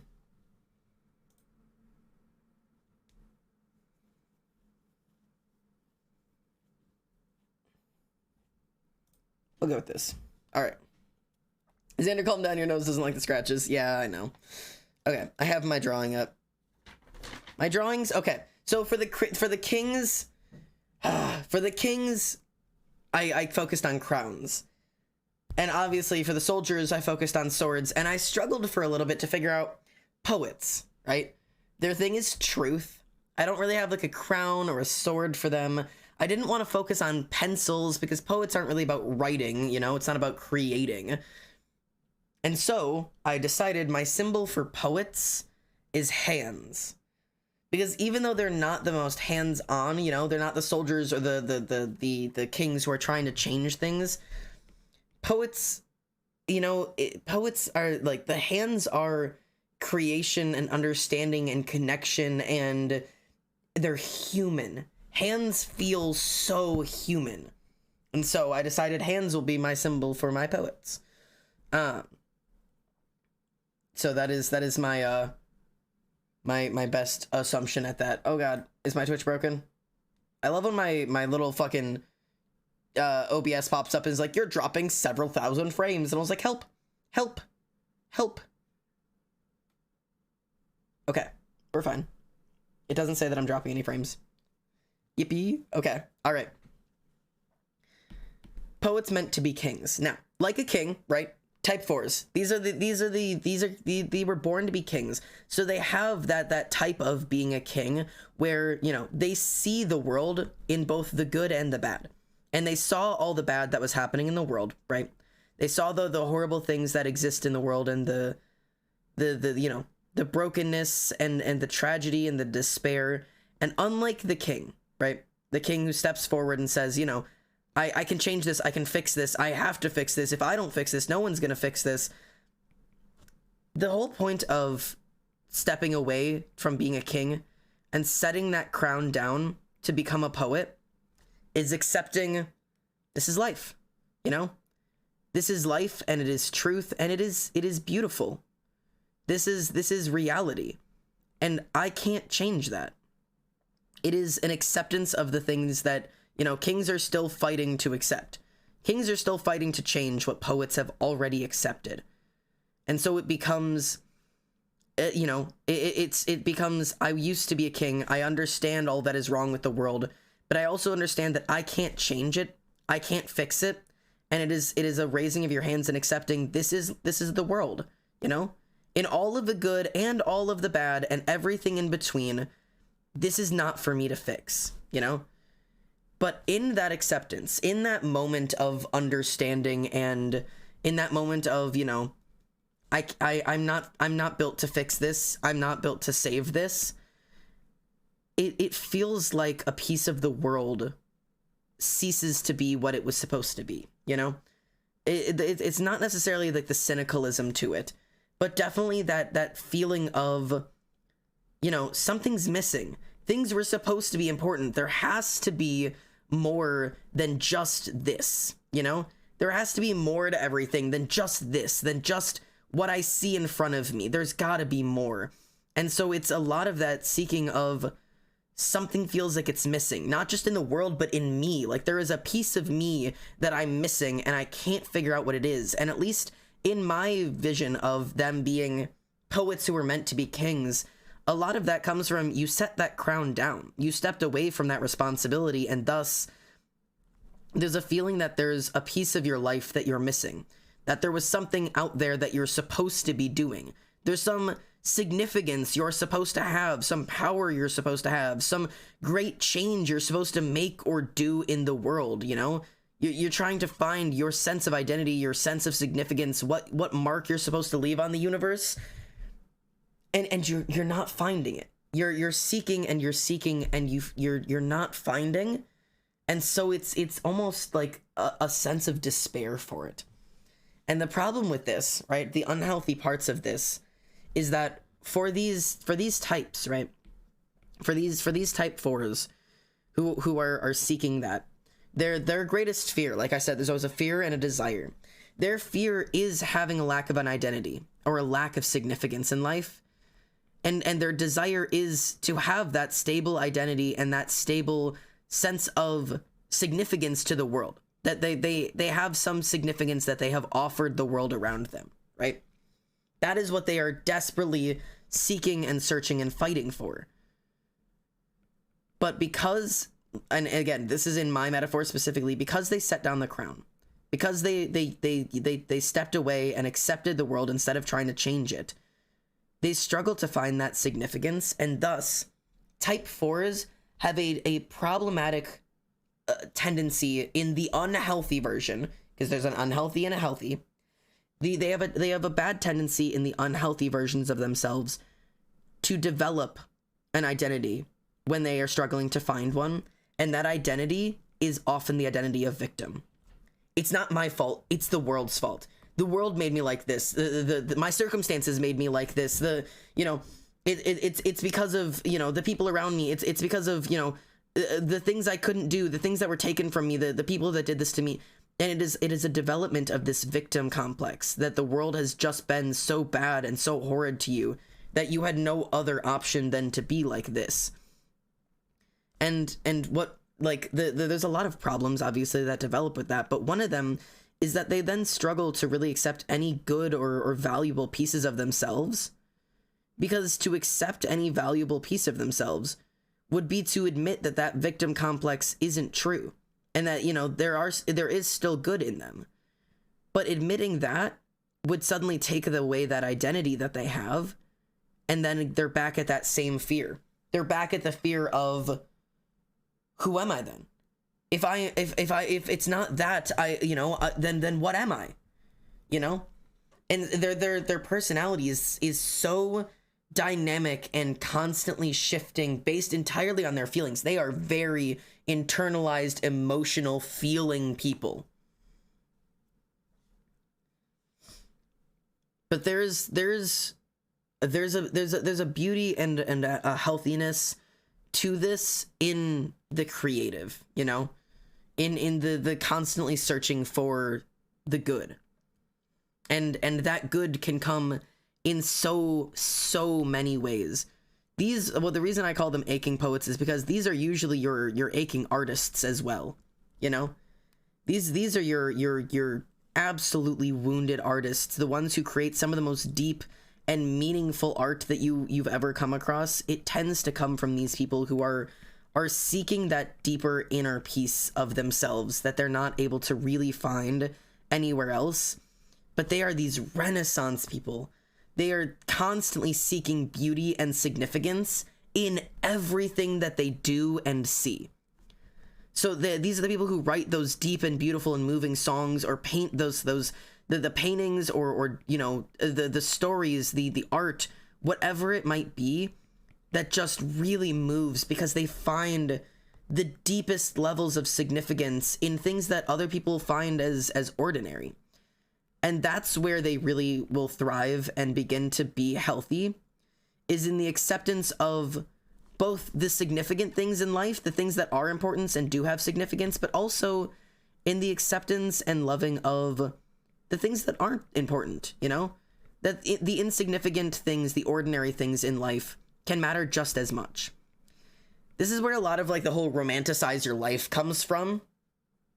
Like that whole concept of, you know, you should be romanticizing your life, and everything is beautiful and everything has meaning and everything is purpose, and you're not just eating a bowl of cereal, you're in a movie and you're the main character and everything is perfect and the world loves you and you love the world and everything has meaning and everything has significance, and if you're gonna cry, at least go out in the rain and cry in the rain, because then you're starring in your own movie and you're romanticizing your life. And while that can have like a lot of good benefits in, you know, learning to view the simple things in life as also significant, it's okay to view them as just simple and significant just because they're simple. You know, not everything has to be a deep and understood metaphor for it to be important and meaningful. Not everything has to have some deep, intricate meaning that you're missing or trying to get across, or whatever it might be for you. You know, it's okay for things to just be what they are, with nothing deeper and nothing hidden and nothing secretively lurking behind some kind of like other realm somewhere else, you know? It's okay that it's just life.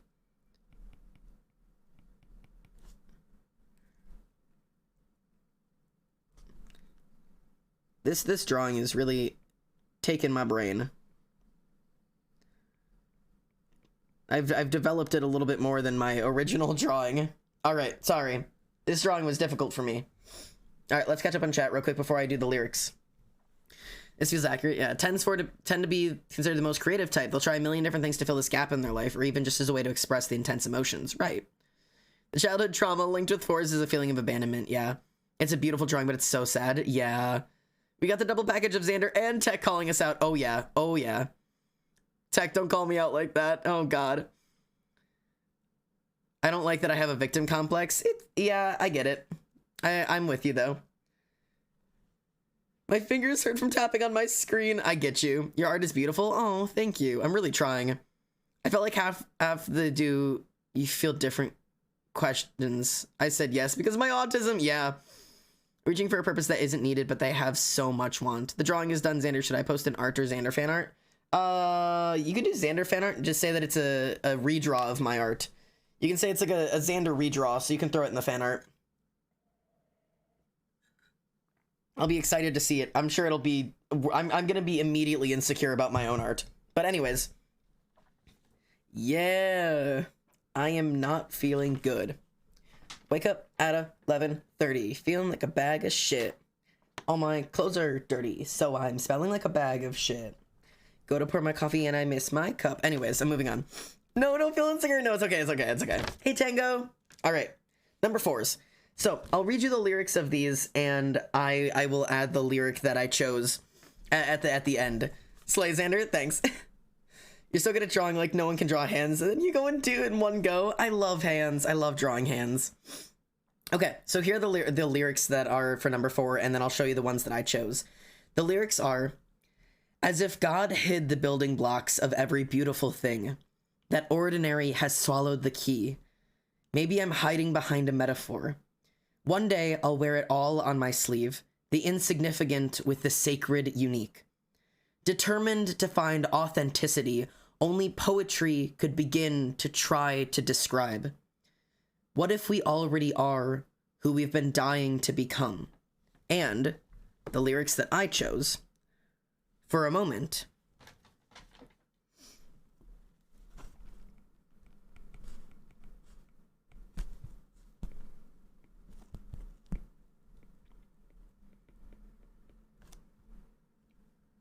For a moment, we get to be glorious.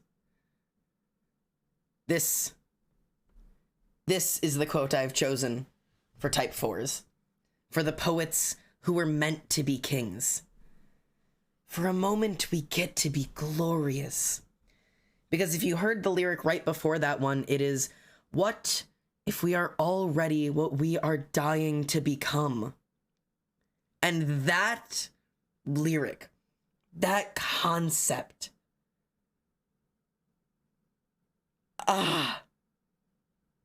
it just, that's the number 4 is the healing.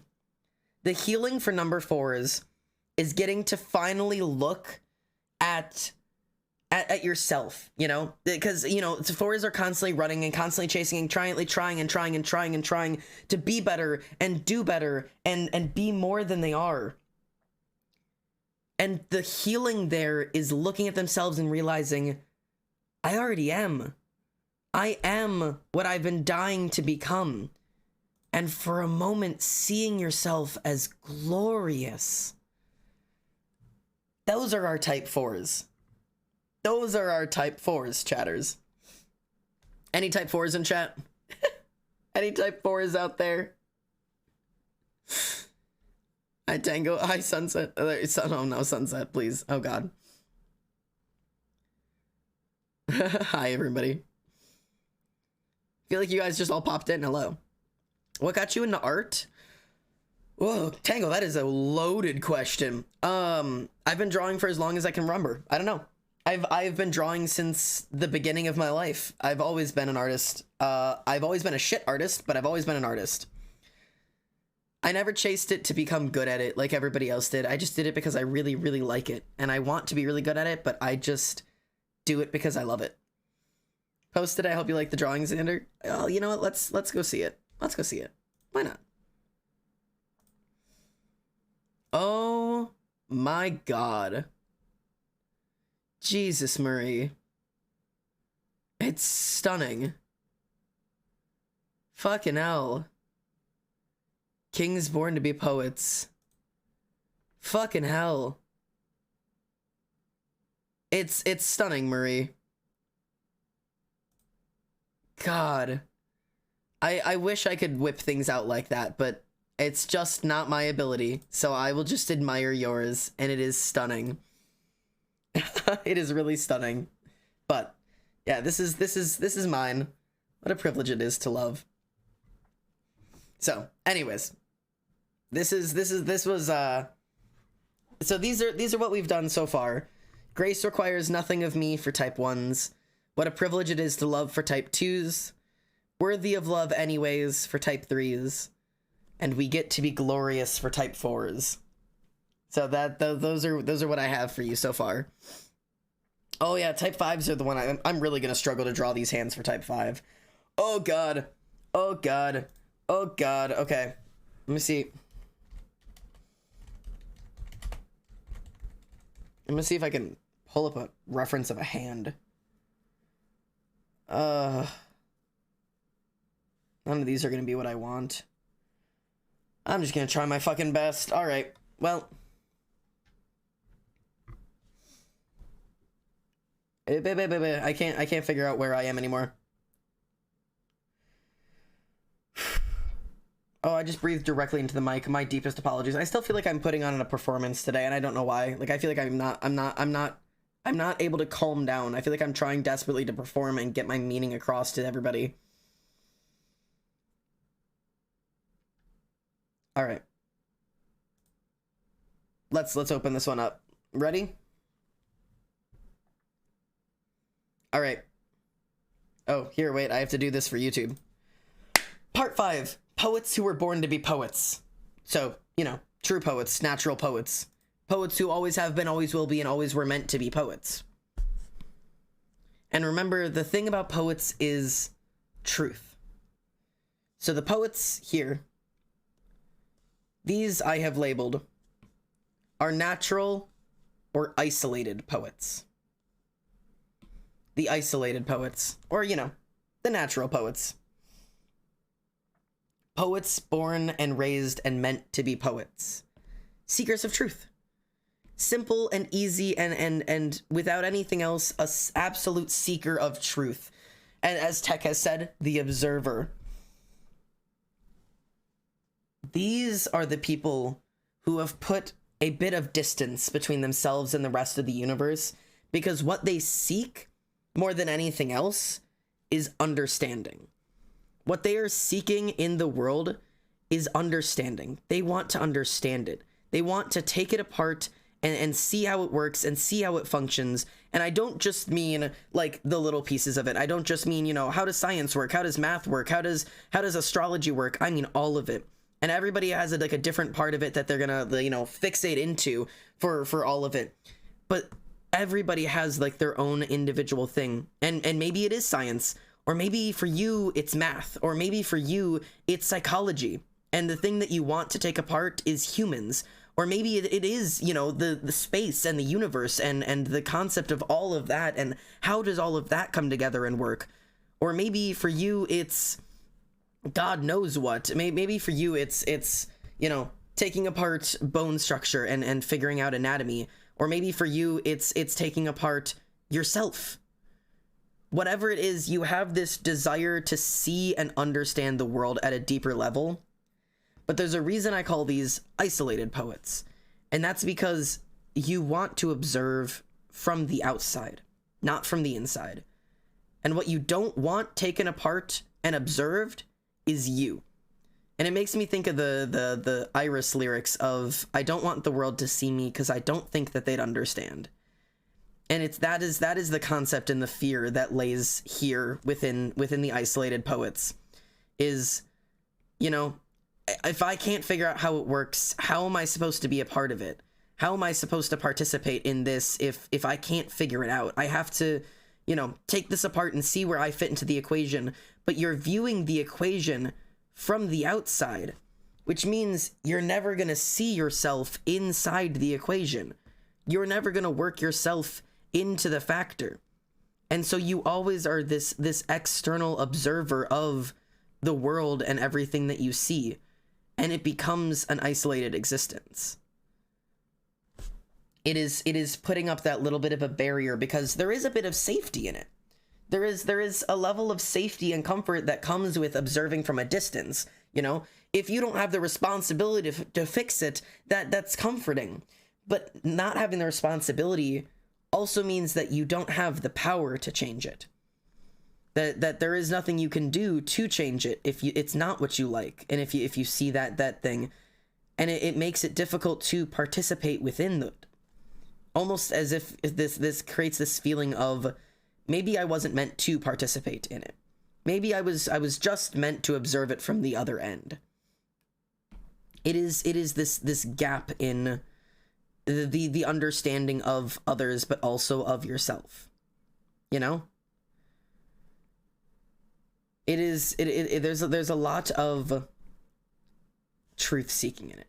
And there is, like I said, there's a healthy version of all of these, and that includes these, you know, because at the end of the day, these people are brilliant.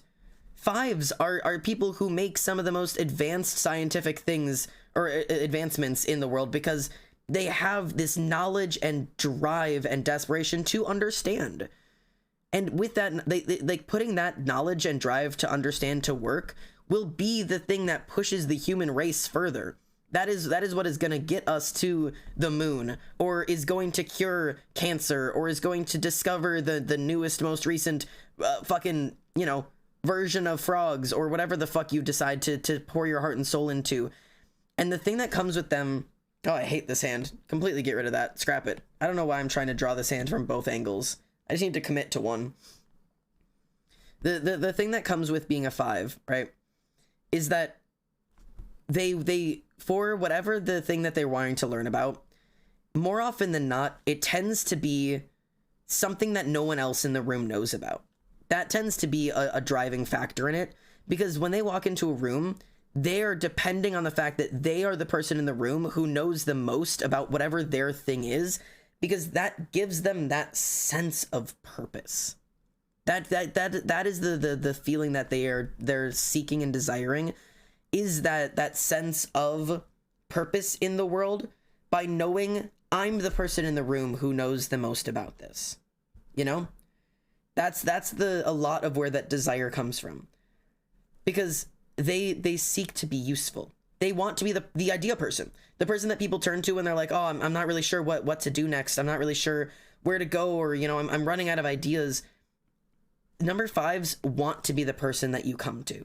They want to come up with the ideas. They want to not just learn about the thing that everyone else knows about. No. If everyone else knows the information that I know, I'm not serving the purpose, you know? I'm not needed in this room if everyone else knows what I know. And so they're instead seeking out, you know, the obscure, the unthinkable, the unknowable, the undiscoverable, the things you're not supposed to learn about. The weird facts, the true crime, you know, the things that no one else is looking into or trying to understand is going to be the things they run to, because they will be the only one in the room who knows anything about it, because they are the ones seeking out that knowledge. And if they start to realize that the thing that they know the most about suddenly is no longer, you know, like it's no longer being turned to, like other people know more than them, they will seek something new. They need that comfort in being the expert in whatever their thing is, because that comfort is what brings them the feeling of use. They want to feel useful more than anything else. That is like what they provide to the world, is that, or what they think they provide to the world is just that use. That, you know, if anything else, I can be useful. Does this look better? I can't tell if this looks better or worse. I think I like this hand a little bit better, chat. What do we think? I'm not sure how I feel about this hand. All of these hands are kind of jank. I'm not used to drawing in this fucking position. Like, drawing a hand in this position. I don't think I've ever drawn a hand from this direction.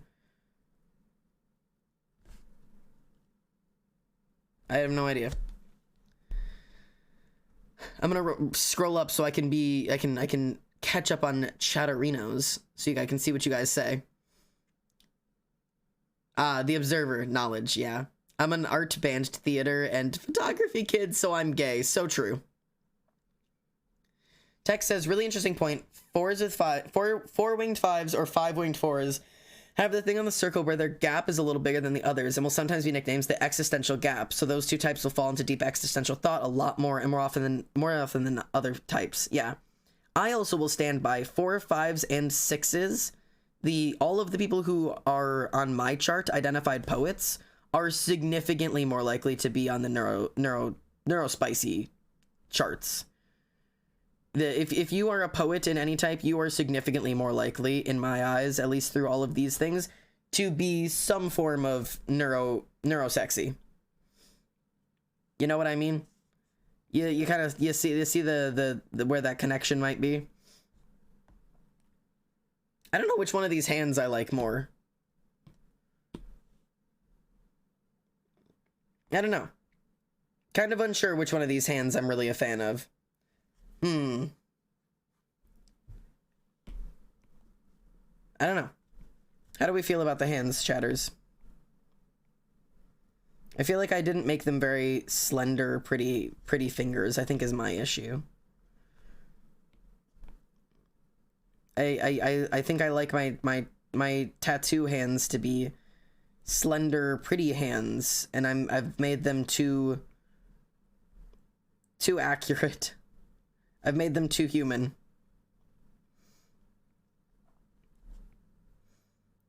Oh god. I'm not a hand artist. I just want to make pretty looking hands. Alright, well, I did my best. But I'm gonna choose which hand well, actually, let's just do this. We're gonna do this. We're just gonna make this one go away. And this is what we're gonna do.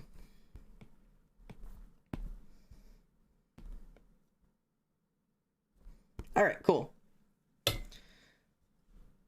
Oh yeah, okay, Tech explained wing types. I'm cosplaying musical theater. Oh god, yeah.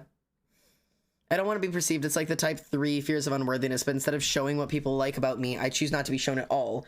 I watch and have great thoughts that are for me, and I'll give everything except my desire, knowing others won't understand. Right, and there's a piece of it that is fearing being seen and understood and taken apart yourself. A lot of 5s have a hard time trusting people because they fully believe they know the most about themselves more than anyone else. Yeah. Wait, not that you wore it like that I can relate to this, especially with my obsession with anatomy. Yeah. Neurosexy is not something I thought I would hear. Yeah. It might look wonky because I'm that position on an actual hand. The thumb would be slightly more even with the palm, not lower. Hold your hand up and look at that position, unless I just have short hands. Mine is like low. I think I have very low. Hand model hands. Is this the Moss song? I think so. What do we feel, chat? Are the hands okay looking? Are we okay with these hands? Do we accept them as our own? We have to give them unique cracks, of course. But do we have any type 5s in chat? Are we have any type 5ers around here? I think I have short hands then. Okay. They might, I mean, hey, maybe my hands are the weird ones here. Everybody's got different types of hands. What color? And a little broken piece there. Hello, Chocolate Chip. Welcome home, mate. Thanks for the follow. As soon as I get this little this chunk figured out, we can determine exactly. I'll talk about the lyric part of it, but I wanted to save the lyrics for when I'm writing them. But I can let's share the lyrics, and we can talk about them while I do it.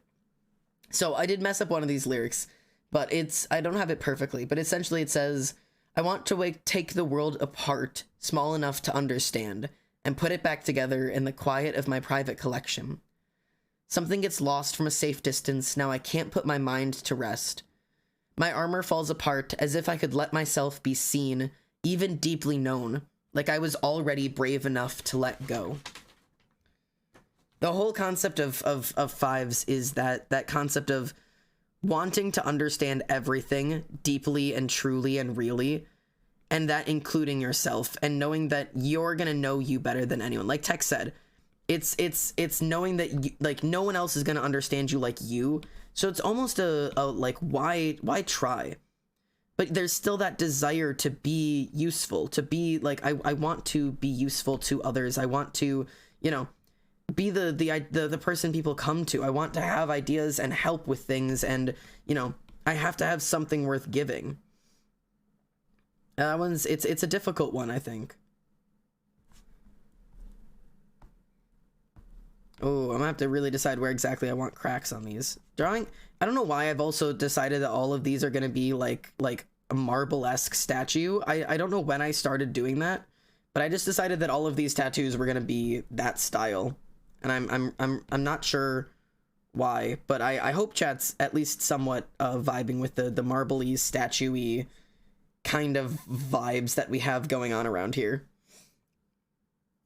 It is late and I want to take the time to read before I go to sleep. Sleep well. Thanks for being here at all.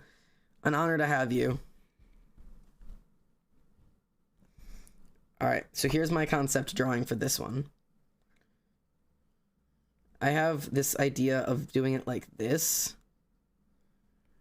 Of, like, having the world being taken apart. Like this. You know? Like, there's, like...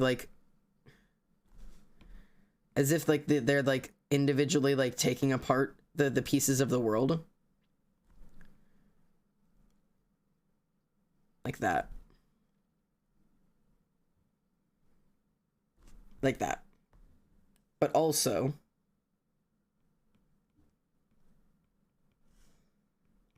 sorry if I go quiet sometimes when I'm trying to use my brain. My brain is not easy to use and is a little sleepy, so it's trying to... It's difficult to use my noggin. It's difficult to wrangle my brain enough to form a coherent fucking thought. Alright, wait, we're managing. like this, like that. You get it? And then I wanted to add like little, like, you know, like this. You know? Right?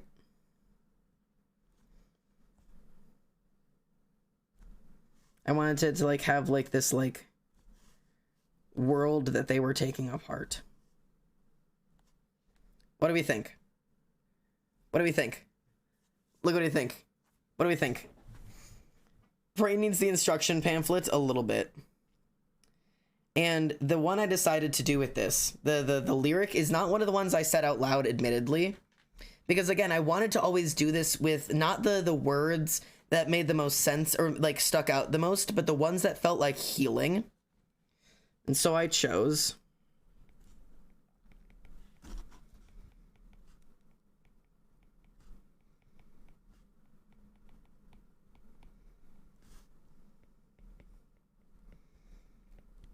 I finally feel the universe expand, because that is the healing for fives, is seeing the universe and knowing it and understanding it and still seeing the beauty and the love and the truth and the hope and the humanness to all of it. These for me are type fives. I finally feel the universe expand, that it is love and human right here in my hands. This is my concept for type 5 personalities. What do we think? Are we down? While I mix my coffee with my spork. Stigma says hi. Hi, Stigma.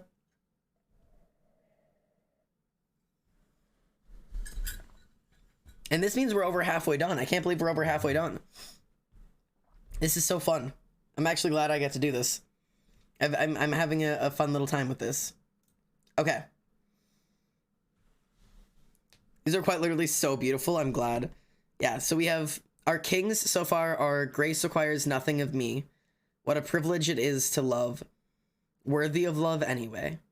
And then our poets so far are we get to be glorious and I finally feel the universe expand. We both love and hate it. Hurts the soul, but beautiful art. Is that hot chocolate you were drinking? It's actually coffee mixed with hot chocolate. I'm back with coffee and chips. All right, Tech, what do you think? Type 5, I finally feel the universe expand. How have I done? Is it all right? Do I have the Tech seal of approval? Well, I have to flip to the next page of my sketches. You guys can see the little, like... Here, I'll do it. You can see the little, like... These are like the little doodles I did in my notebook. Like I did little, like, you know. And some of them I've changed a little bit because I didn't like them as much. So like some of them are a little bit different than they originally were. But they're similar. But yeah. Ooh, okay, this one's gonna be hard. I don't know how well I'm gonna do this one. I'm gonna try, because I have a concept for this one, but I'm gonna have to use my whole brain. Coughlette, for sure. Beautiful, amazing, phenomenal as usual. I'm so glad. Me just running around for Tech's approval on this one is very funny to me. Just because I'm so excited to have somebody else to talk about it with it. Because I've been talking Emily and Ollie and Tess's ears off about this, and they have all been good participants. And now I have a new person to subject to this. I have someone new to force to go through this, because I'm sure I have absolutely consumed those three with it, and they are all very, very good with it. They've all been talked out. All right, Ali probably knows more about these than I do half the time, but I've done the same with my friends. I'm so glad. Okay. Oh, I have to use my face for this. All right, type 6, poets born to be soldiers. This one makes me sad. All right. Poets who are meant to be soldiers. These, my friends, I have labeled the fearful poets. These... Oh. These ache a little bit. The 6's name in book is the Devil's Advocate. Really? Interesting. I'll be interested to see how that name comes across for you. Fearful poets, for me, are the poets who were supposed to be soldiers. And in this section, you know, aching poets chose to set down the crown. And, you know, natural born poets were born to be poets. And these fearful poets are similar to the others in that the fearful poets, type 6s, chose to be poets. They set down that sword. But the problem with it is that they set it down seeking the life of a poet, you know? I don't want to run and fight for it anymore. I just, you know, I want to just, you know, be a poet. I want to see the truth in the world, and I want to see the beauty in the world. And, you know, I don't want to, I don't want the soldier life anymore. I want the poet's life. But you were born and raised a soldier. You were meant to be a soldier. God damn it. Stigma told me to. Tango, this is for a YouTube video. Now I'm upside down for the YouTube video. How am I supposed to explain this to YouTube? God damn it. All right. Anyways. You're gonna have to edit this. Deal with it. I'm kidding. YouTube. Who's Stigma? He's one of my friends. Can I ask a question about types 5 and 3? Yeah. Let me explain type 6, and then I'll get back and read your question. But okay, so explanation of type 6 essentially is these people were born to be soldiers, and because they were born to be soldiers, they were born and raised with the soldier's life in mind. So they were born waiting constantly for fallout, for when things would, in their mind, inevitably go wrong. You know, that there was always going to be some point where it all fall apart. And even though they live the lives of poets now, right? Even though that they have the safety of a poet's life or whatever, they've set down the sword, they don't have to be soldiers anymore. They're still living, waiting for when it all falls apart, waiting for things to be wrong. And so they don't have any faith in themselves to be correct about these things, right? They don't lean on other people for answer, or they don't lean on themselves for answers or explanations, or, you know, like trusting themselves. Instead, they constantly are turning to others. These people are absolutely full of you know, a paranoia. They are overly cautious. They are incredibly indecisive. They are crippling self-doubt in all of those ways. And it's a lot of finding people they trust, and finding people who, you know, whose beliefs they feel like they can back, whose beliefs they take a stance with and agree with, and, you know, feel like, okay, yeah, I can get behind that. And then forming themselves around that, forming themselves around those people and those things. And the thing is, they were still born to be soldiers.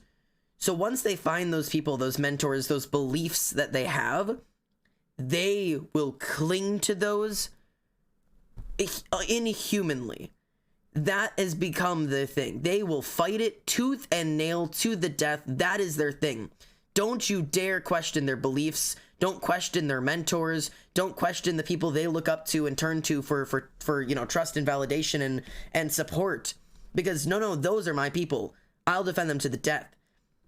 But if you question these poets themselves, the fearful poets, if you question them, well, they're on your side here, because they're already questioning themselves.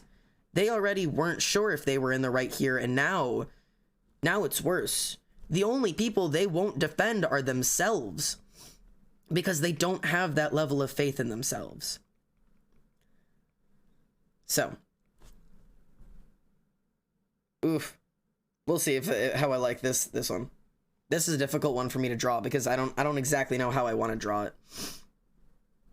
But anyways, that is the general concept of, even when things are going right, they are constantly in fear of, when is it all going to go wrong?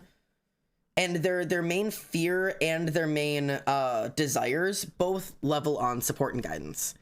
Their fear is being without support and being without guidance, and I've put the bump on the wrong side.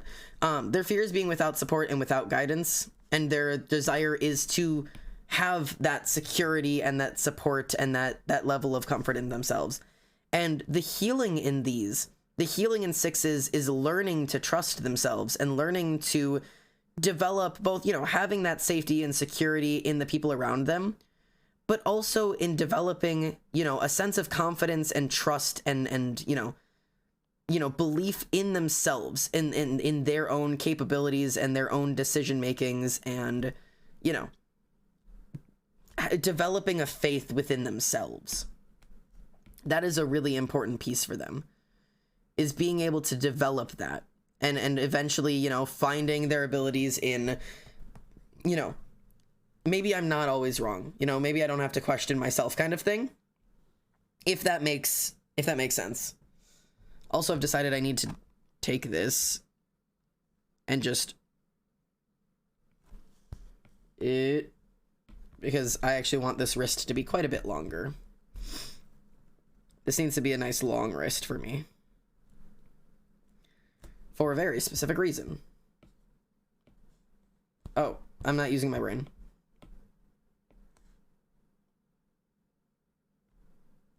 There we go. And then I'm going to scroll up and see what you guys are thinking now that I've got a little bit of a hand going.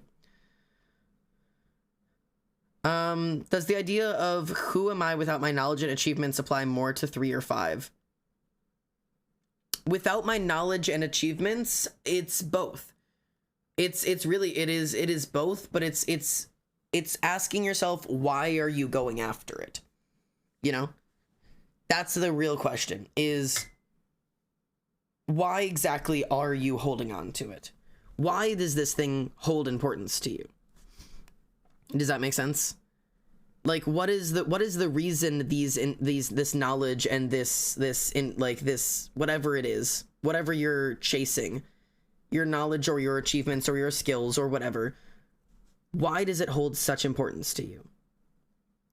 What is the importance? Is it because you're like everyone is expecting this of you? Is it because everybody, they're depending on you to be that? They're relying on you to be the smart one, to be the good one, to be the strong one? Or is it because of your desire to understand the world and understand yourself and find your place within it and like discover the world and take it apart at the seams kind of thing? What are you seeking? What are you trying to achieve? What are you trying to find out of all of this?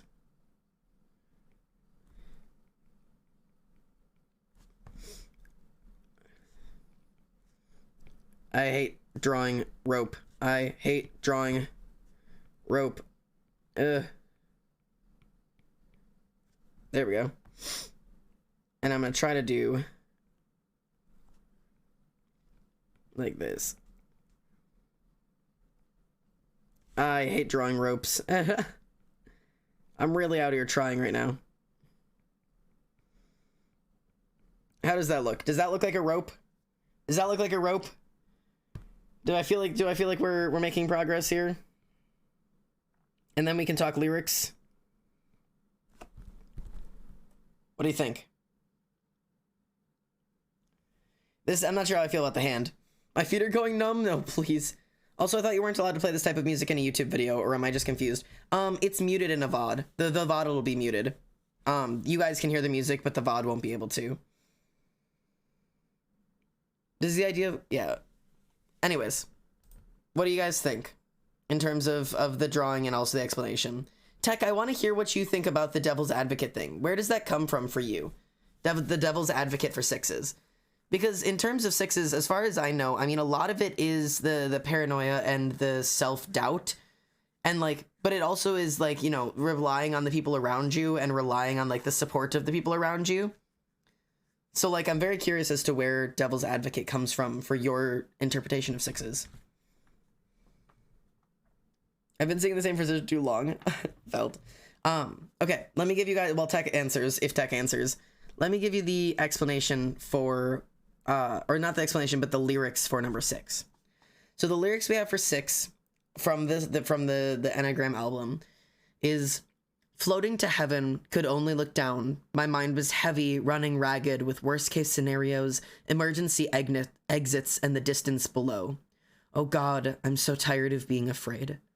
What would it feel like to put this baggage down? I want to take shelter, but ready to fight. I was made to be a sanctuary. Fear won't go away, but invisible walls will keep it at bay. Vigilant heart, push into the dark. Learn to breathe deep. Make peace with the stars. Is it courage or faith to show up every day? No matter what, somehow, we'll be okay. Don't be afraid.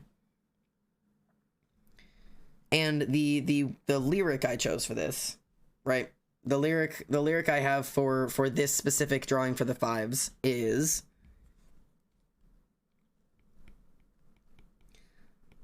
I'll learn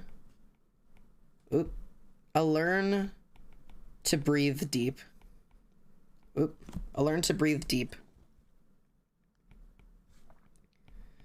and make peace with the stars. That is my art for number 5 or number 6. I'll learn to breathe deep and make peace with the stars. The concept of letting go of that fear and letting go of that reliance on other people. The description for 6 makes me feel called out. Yeah, when I took the test, I got soldier, so now I'm confused. Because even though these are poets, if you look at the chart, if I'm to pull up the chart on you, these may be poets, but they were born to be soldiers. That's why you got soldier. Because you still carry that fear and that doubt and that paranoia, looking from every single angle in every single situation and not trusting your own inner judgment. You are a poet meant to be a soldier. I love seeing people accidentally discover what I'm talking about with these charts. This is what I was talking about. Jack, I don't know if I'm going to do searching up music for this one. Sorry. Someone was born to be a king, poet, and a soldier. Honestly, same. Honestly, so same. Because right now, my main things are like 2 or 3 and 7 and 9. So I'm just all over the place. I don't exactly know what to tell you. But, alright. But for a while, I thought I was, like this. But, alrighties. Are we ready for soldiers? Now that we've gone through all of our, now that we've gone through our poets, tag yourself if you're still around, dear poets, if you still exist here today. Which poet are you? Are we get to be glorious? Are we I finally feel the universe expand? Or I'll learn to breathe deep and make peace with the stars? 4, 5, or 6? Which hand are you? Are you letting go of the rope? Are you holding the universe? Are you learning to be glorious? Thank you for the piss pennies, VNF. Hello, mate. Which one are you? Me hugging my weighted stuffed dino plushie, vibing to the background song and watching dad draw. I'm so glad you're having a good time. Toby is 6. That's valid. I gotta go self-care. Hopefully be back soon. All right, Abby. This is like trauma bingo. I'm a part of every category, so I'm winning. Same. Welcome to trauma bingo. See if you can get a nice 3 in the row. Oh, God. Anyways, of the poets, I'm 4. Okay. Yeah, I think of the poets, I'm a 4. I have 666 honey hearts. I love that. I love trauma bingo. I love trauma bingo. Love trauma bingo. Let me sip my goddamn coffee. We've got 3 more arts to go. How are you doing? I'm doing good, B. How are you? Man, my voice cracks are really something else today. All right, boys. Oh, I gotta use my face. Part 7. Soldiers who were born to be kings. I'm not prepared for the soldiers. No one was. Soldiers who were born to be kings. These are mine. I am a number 7. I'm also a number 9, but I'm deeply a number 7. And the lyrics for this one make me sad.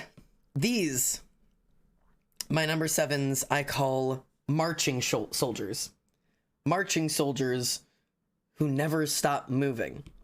And there is a reason for it too. New page. So, these are kings, right? They're not kings, they're soldiers, but they were born to be kings. So the whole concept is they were meant to be kings, and so they saw again.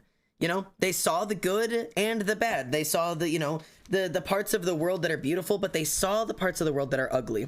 And they saw the things that needed to be changed. And unlike the type 1 born to be kings who saw the bad in the world and really decided, like, I can do something about this, I can change this, I could fix this, I'm gonna do what I can to make a difference in this.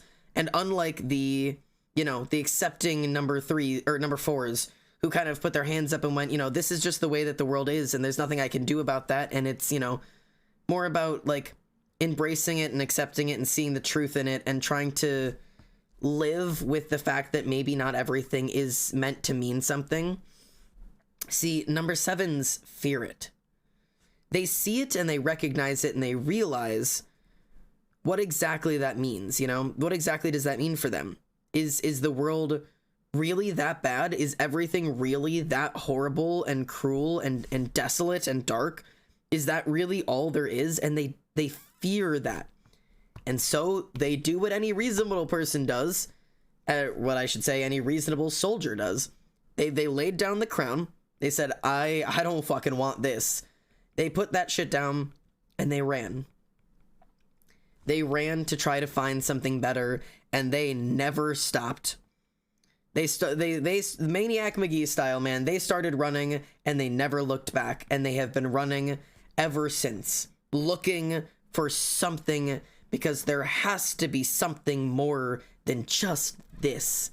There has to be something better. There has to still be good. There has to be silver linings. There has to still be joy in the world. That has to exist. Otherwise, what the hell are we doing here? And because of that, right? Because of that feeling, that there's got to be something better out there. There's got to be something more out there. This can't be all there is. It develops a type of person that is crazy impulsive. These are impulsive, spontaneous, like jump to be on the move kind of thing, never sitting still, always looking for grass is greener on the other side. It's gotta be greener on the other side. It has to be better somewhere out there. There has to be somewhere where this is good. And so they'll settle into the place and they'll try to find happiness where they are there, and they'll spend their time there and they'll do their exploration there. And eventually, it seems every time they realize maybe it's not here, this place isn't perfect either, but I know some place has to be. And so they keep moving.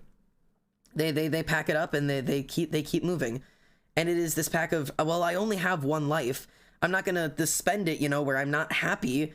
And so I guess I just have to keep looking. I have to keep searching, because what if I stop, what if I stop moving? What if I just accept that this is what it is? And one day I learn there was something better. I just had to look a little bit further. What if I accept this college and there was a better one that I should have gone to? What if I get this food and it turns out the other food would have been my favorite? What if I stay with this person I love and I miss the chance to meet my soulmate? It is constantly running, trying to find the perfect, and because of that, they really don't ever feel satisfied. They never find that satisfaction that they are always searching for, because there's got to be something better. There has to be something more. This is the type of person that if there's 3 ice cream flavors available, they are getting all 3 of them in the same cup, because they cannot comprehend the concept of missing one of them. Because what if I'm missing out on the best one there was?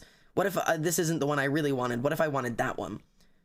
That is like the concept of it. They are so impatient and they are so unsure of themselves when making choices. They are afraid that they're somehow missing what could be the thing that changes it all, Like what if that was the thing that they were supposed to find? I identify so deeply with these guys, because it's just that fear. My mom told me to do something, but I want to hear all the soldier stuff before I leave. I'm sorry. Oh, this thing's not making me happy? Let me just drop everything and find something that will make me happy. Right. Throw it all away and run. Run and try to find the thing that will make you happy, because it's got to be out there, right?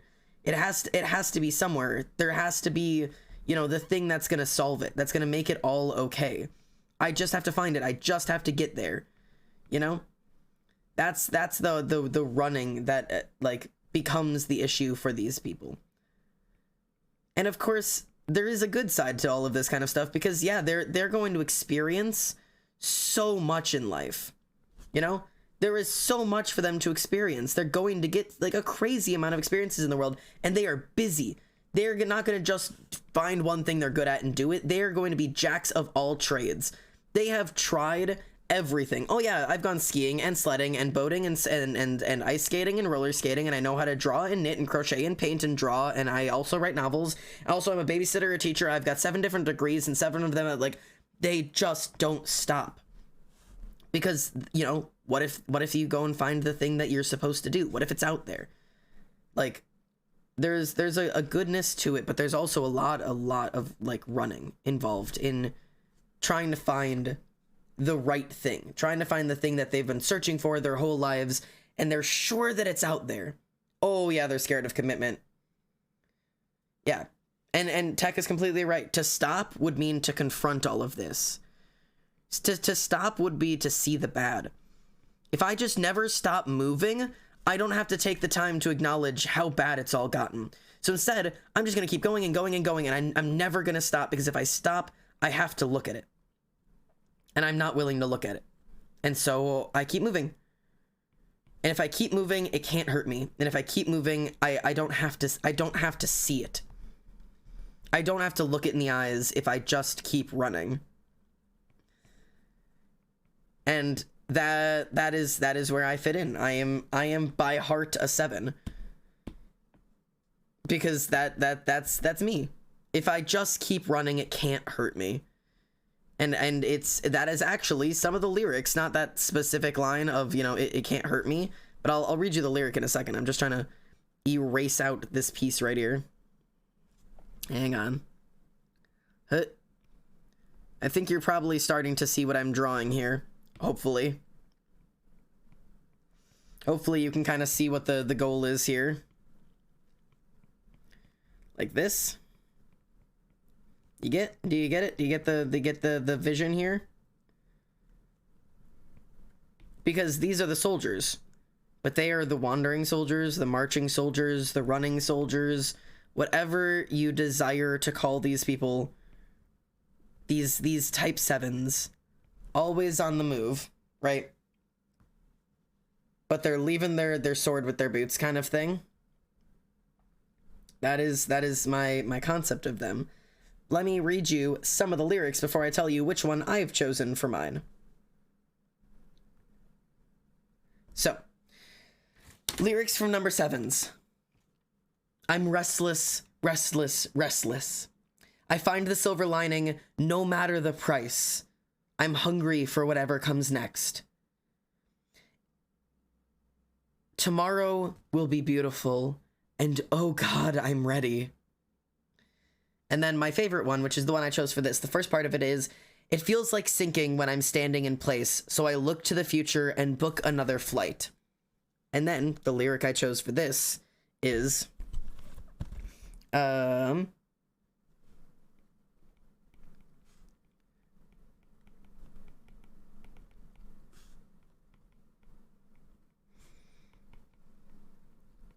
everything feels heavy,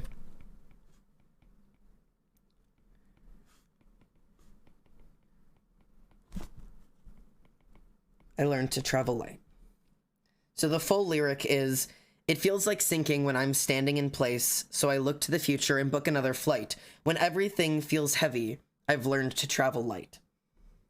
And so I decided to do the little boots with the sword laying across them of, you know, when it all gets too bad, I'll take off my boots and I'll lay down my sword and I will travel light. I'll leave it behind. And I will just run, and I will run, and I will run, and I will run until I cannot run anymore. I wish I could be a 7. I'm too scared to start something new, because what if this is as good as it gets? It's funny because you have the same idea, but you faced it a different way. Instead of seeing what if this is as good as it gets, and if I leave it behind, I'll never get it back. Instead of, what if there's something better out there? Like you're the opposite issue of us. Quite interesting. So what do we think of our first soldier? Which I'm gonna redraw this sword because the angle on it definitely isn't right. But I'm trying to figure out how exactly to make it look like it's resting on the boot. I want all of these tattoos. At this point, I want them too. And you'll get, when you see number 9, that's the one I actually might end up getting. Oh, the name of my book is The Epicure? Epicure? Define that for me. But I'm gonna define that for me. What does epicure mean?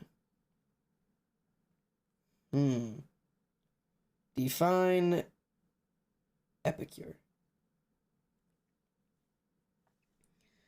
A person who takes particular pleasure in fine food and drink. Ah. They see themselves as epicures, delighting in food that is properly prepared. Epicure, gourmet. Yeah, okay. Lovely, interesting. The type of people that enjoy the fine things in life. I love it, and I'm deeply scared for the next one. Sounds fancy. Very true. I'm not ready for the next one. I, admittedly... Number 8's in the chat. I'm disappointed in this one. I don't like my design for this one because at the end of the day, it's too simple. And so I thought of all of the people I would turn to chat to think, what is the concept you guys would have if you thought of number 8's? You know? Because I feel like I could do better. I feel like the design I have in my head is weak. And I feel like I could do better. You cannot, I feel like there has to be a better way to do this one. I think I have a concept, but I'm gonna really do my best on it because I don't exactly know how to get my feelings across with this one, you know? But I'm gonna really try, and then we can adjust the tattoo and think about it and like address it with each other once we like, you know, we'll work on it. We'll work on it together. We'll get through this together, okay? We'll get through this together. Number 8 in my book is the boss, also to be called the challenger. Interesting. All right.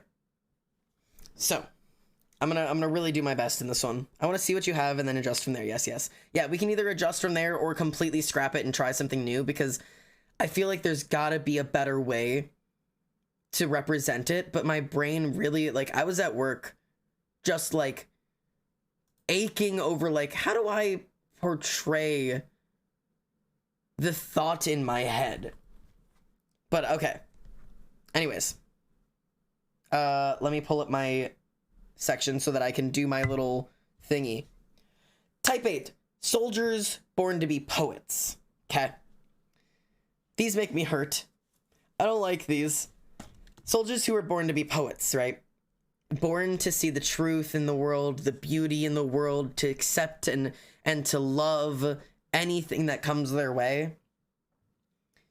These are wronged soldiers. And I will also refer to them as wounded soldiers, but it feels bad to refer to an entire group as wounded, and so I call them wronged soldiers.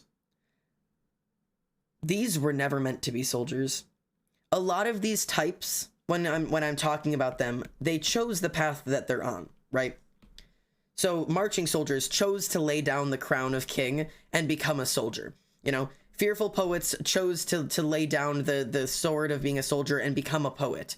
You know, the caring kings chose to pick up the crown and become the king. But type 3s, the forced or driven kings, the ones who had that crown placed upon them, they didn't choose it. And it is the same with type 8s. Wronged soldiers didn't choose to be like this. Wronged soldiers did not want to pick up that goddamn sword. They did it because they had to survive. Poets are gentle. They are soft and loving and caring and see truth and beauty in the world. And the reality is, the world sucks, man. The world is dark and it is horrid, and it is cruel, and it is mean to people who are gentle and loving and accepting and soft.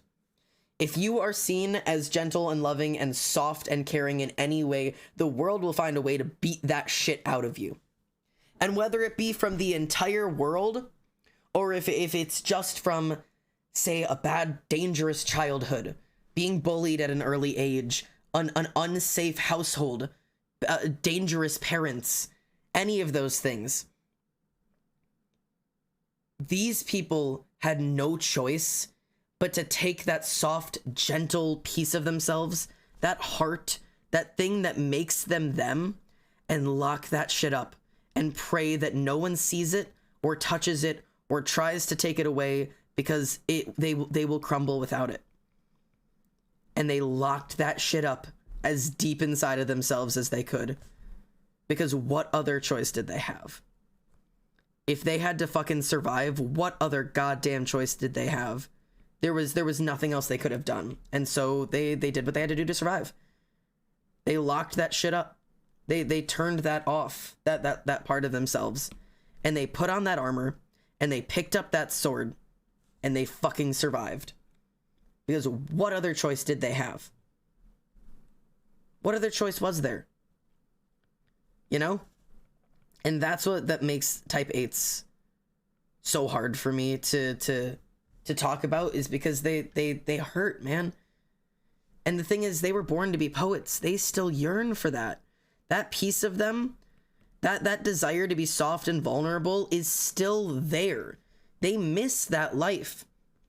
But their base fear, when we talk about fears and you know, like desires, their fear is being controlled, being harmed, being hurt again. And their desire is to protect themselves, to be strong enough to keep themselves safe, you know? To keep that part of themselves locked away and alive, and where no one else can hurt them again. That is that goal for them is just, for a lot of them, it was survive. For a lot of them, becoming a soldier was not a choice they ever would have picked, but what other way were they supposed to get through life? And now they like to leave their mark on their people, you know? They're still poets. Even though they're soldiers now, they're still poets. They can absolutely sway people with their emotions. They are convincing. They are very well talked. They are very well to like you know, communicative. They can really get their thoughts across well. They can rally people around them quite easily. They have a lot of those poet traits in them, but they definitely lock up that soft piece of themselves, and they do not like to let people back into it. So of course, what more accurate thing to place upon my hearts here, at least in my concept of drawing these, than some barbited wire, because it's not just lock it away and place it in a box so that, you know, I don't have to look at it, but it is lock that shit up so that nobody touches that part of me. Nobody gets to see that. Nobody gets to know about it. No one gets to meet it. No one gets to hear that piece of me, because if they do, I don't know what I'll do. I don't know how I'll survive. You know, that's the piece of this, is I don't know how I'll survive if somebody takes that piece of me. And let me see if I'm gonna have to learn how to draw actual barbed wire, because in my head it's like sharp here, and then wrap, and then sharp in this direction.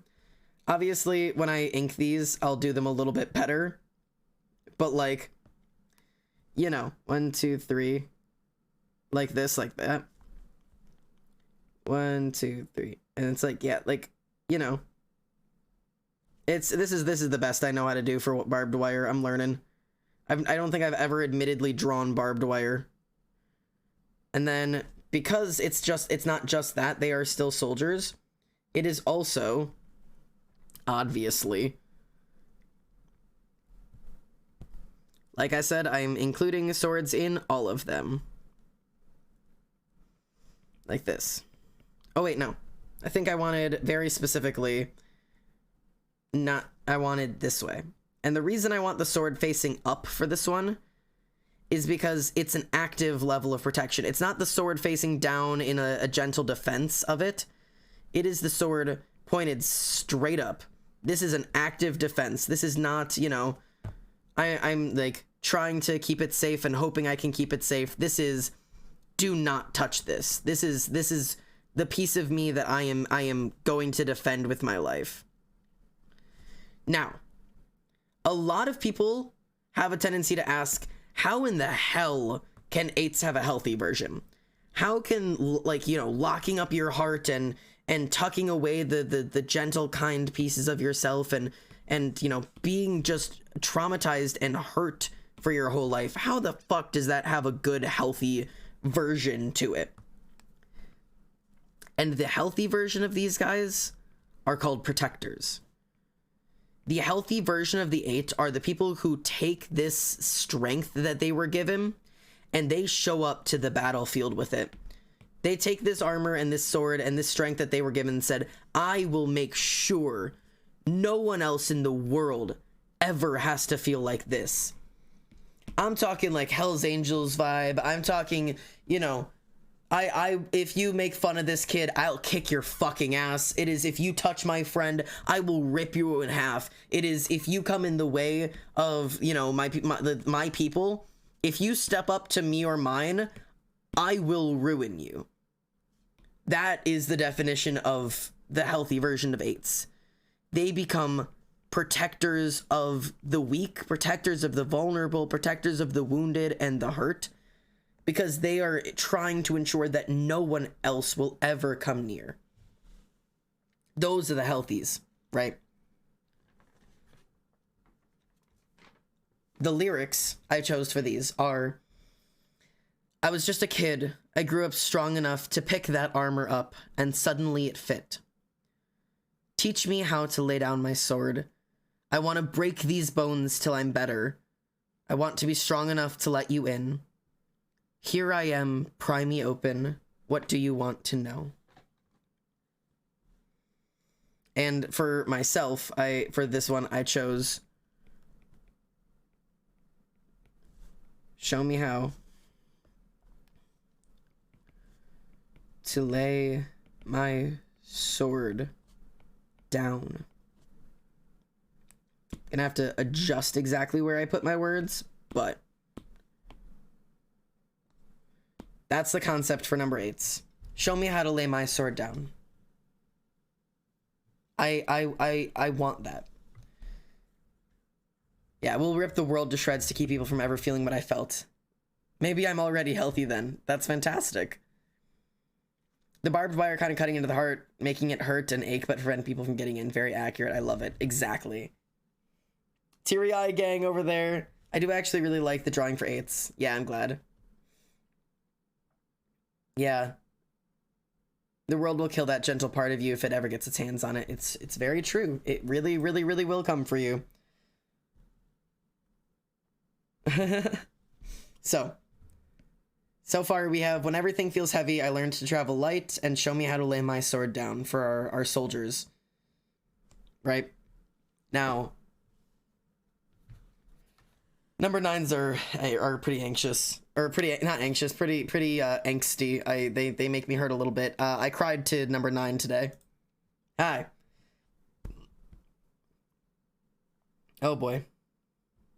Type 9s. I'm gonna sob now, let's go. I'm scared for 9, oh boy. I hate being a 9. Oh boy. All right. Type 9. Soldiers who were born to be soldiers. Soldiers who picked up that sword the day they were born and have never set it down.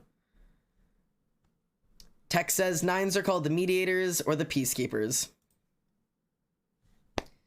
And that is why, as much as it may sound incorrect, maybe it sounds backwards to you, but type 9 are the natural or peacekeeping soldiers.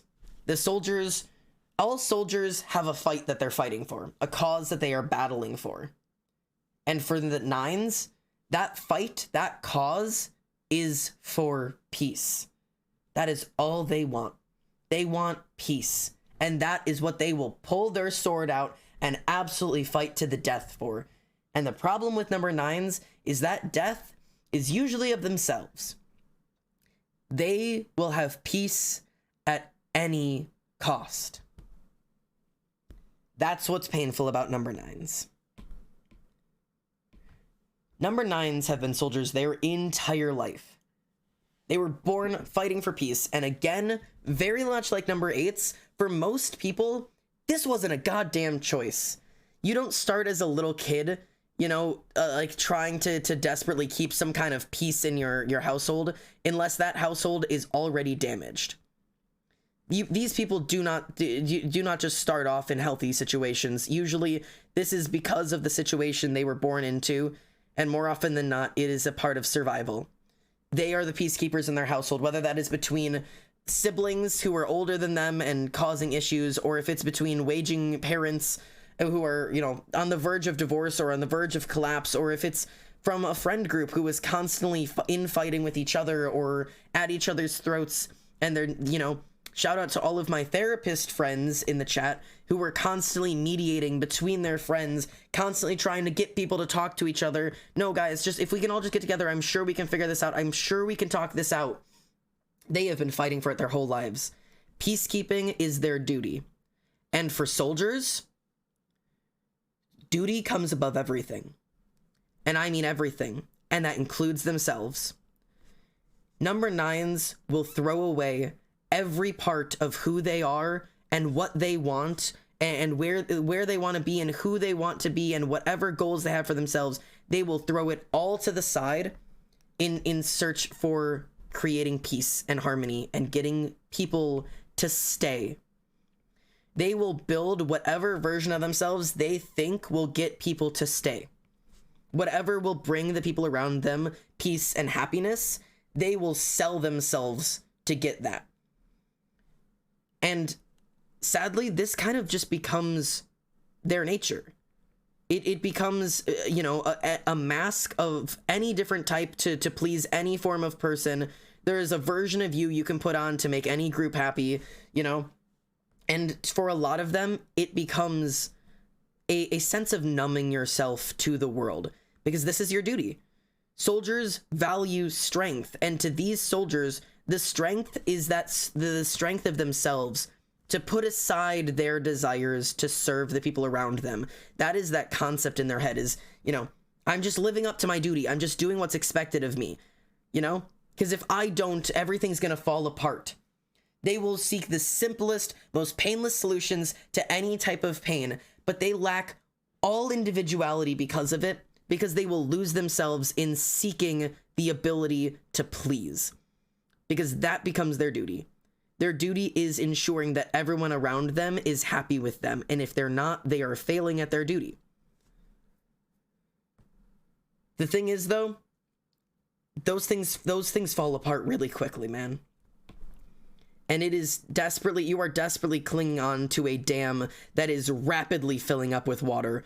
And the longer you hold on to it, the longer you keep those walls up and you try to keep on those masks and try to please everyone and anyone, no matter the toll it takes on you, no matter what you end up trying to give, no matter what you're trying to be or become, the longer those damn walls are up, the bigger the flood is going to be when it all comes crashing down. And I'm telling you right now, it will all come crashing down. It always does. You are human. You cannot keep this shit up forever. You cannot continue to hide who you are, hoping that it is going to please people around you, because the reality is it's not. You're not pleasing the people around you, because it doesn't matter how hard you try to keep the peace. They're not going to be happy, because it was never about you in the first place. The anger and the hate and the violence that came in your direction every time things started to crumble wasn't about you. It was all gonna fall apart anyways. You've just been trying to delay it and delay the inevitable in search for that peace and that safety. And it's not gonna happen. And eventually you're gonna have to let it crumble. But the thing is, the healthiness for these people is in letting it crumble. And the truth is, once you start to let it go, to release that dam and let the floodwaters go and wash it all away and turn it all to dust, you are going to find yourself in the ashes of it all. Because behind the dam and the mask and the things that you've been hiding and the masks that you're trying to please other people with and like this desperation to please, somewhere inside of all of that is you. You just have to find it. You're down there somewhere, you know? It's just about finding where that is for you. Where are you? Greatest fear is loss and separation, and the desire is for the peace of your inner mind. Let it fall apart. Because the reality is, if people are going to leave, they're going to leave anyways. And you were never going to be able to stop it. You were not going to be the thing that held everyone back. You cannot hold the world together by yourself, man. You are going to break. It is going to fall apart. And you are going to find yourself in the ashes of it all. Text says, 9s were as children not listened to. Their thoughts were ignored or their opinion was overlooked. So to battle this, they fell asleep to themselves. After people overlook you for so long, you stop fighting. This is when it becomes peacekeeping as a way to not focus on their own being. 9s are placed at the top of the circle because they're often viewed as the stemming point for every other Enneagram. Because they can be every single Enneagram. They can be anything and everything you want them to be. They can and will become whatever you ask of them as long as you don't leave. I will become whatever you want from me as long as you just stay, please. That is the fight of the 9s. I realized while crying in my car today. Here are the lyrics that I have. I've been sleepwalking since I was 14. Choked up, I realized I've been less than half myself for more than half my life. There is so much worth fighting for, you'll see. Another domino falls either way. It looks like empathy to understand all sides, but I'm trying to find myself through someone else's eyes. How do I forgive myself for losing so much time? Remember who you are. Stand up and fall in love again. And then the ones I picked, the lyrics for this.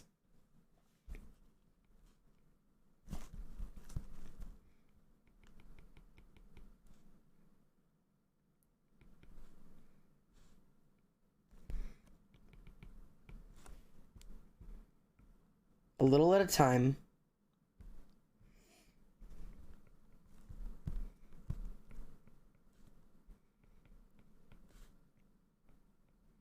I feel more alive.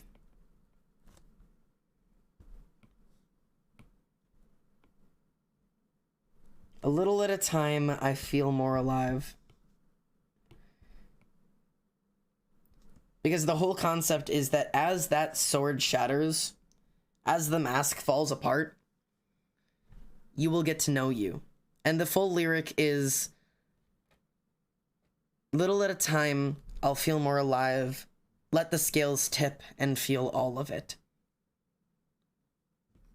Those are your number 9s. So, what do we think? Neo, thank you for the follow. Welcome home. Xander, you've made me face shit I don't want to face. Let it be gone, please. 1,500 words. Nice. You'll have to send that to me at some point. So, as a quick recap of all of the pieces of art, in case you missed some, which is a thing, of our kings, grace requires nothing of me.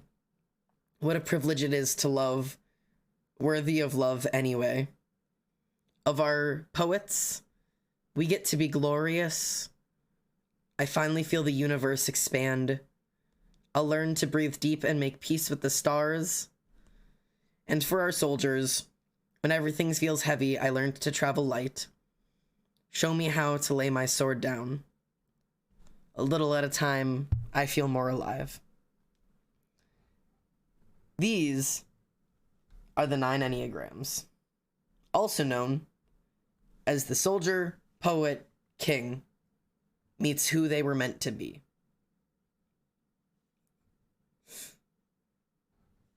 Guys, did you win trauma bingo? Who here won trauma bingo? Now, couple disclaimers. Number one, oh shit, I forgot to do this again. Editing me, put this in the beginning of the video again. Disclaimer. I'm not a therapist. I'm not a licensed therapist, a licensed psychologist, or, you know, capable of diagnosing you with anything or telling you how to fix yourself. I'm not your therapist, and I can't solve your problems for you. What I am is an autistic who hyperfixated on psychoanalyzing people, personality tests, and just general psychology for most of my life as a hope to figure out more about myself and other people and fit in better. And I like to categorize things, and so that's what I've done here. All I can do is just tell you what these Enneagram personality types mean and what the soldier, poet, king realities might be, and give you the healthy and unhealthy versions of these types of things and let you decide for yourself. That's all I can really offer. Thanks for all the emotes. Now, as a final saying piece, the point of all of these is that no matter where you are from 1 to 9, anywhere within this spectrum, the reality is there is a healthy and an unhealthy level to all of them. You can be a healthy 1 or an unhealthy 1. You can be a healthy 9 or an unhealthy 9, and I can link you to the Enneagram Institute website where you can see the healthy to unhealthy levels for every single one of these types. There is a breakdown. But the reality is no matter which one of the 9 you are, or where unhealthy to unhealthy you lay, the reminder is that with every single one of these, you have worth, you have value, and you are worthy and deserving of love, regardless with where you currently sit. It is not about your achievements, or your ability to love other people, or your ability to hold everyone together, or hold yourself together, or your ability to understand the entire world, or to fix all of the world's problems, or to keep yourself strong, or to keep moving and searching for things. None of those things determine your worth, your value, your ability to be loved. You are worthy and deserving of it right now, right here, as you are. Period. Got it? Cool. Good God, how on earth did I go from having no father figure to having 3 father figures? Sorry, Scar, I just collect kids like that.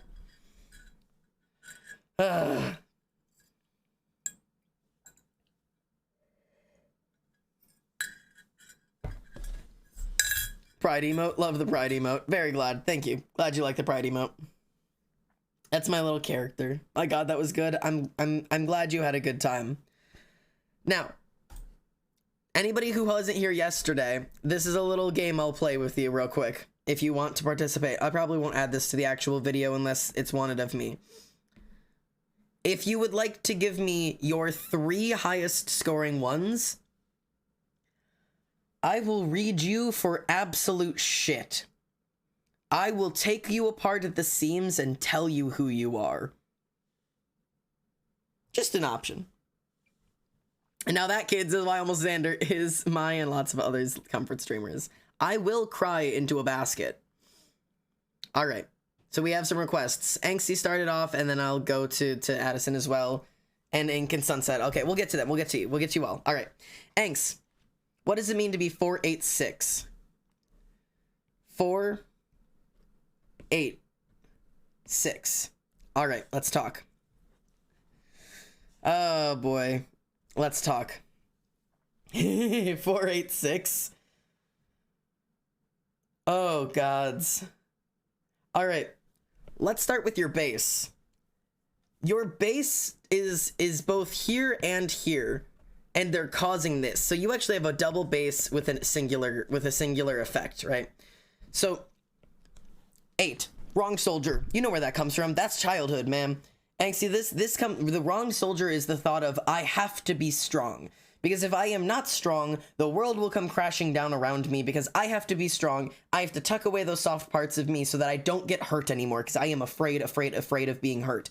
Afraid of being hurt, right?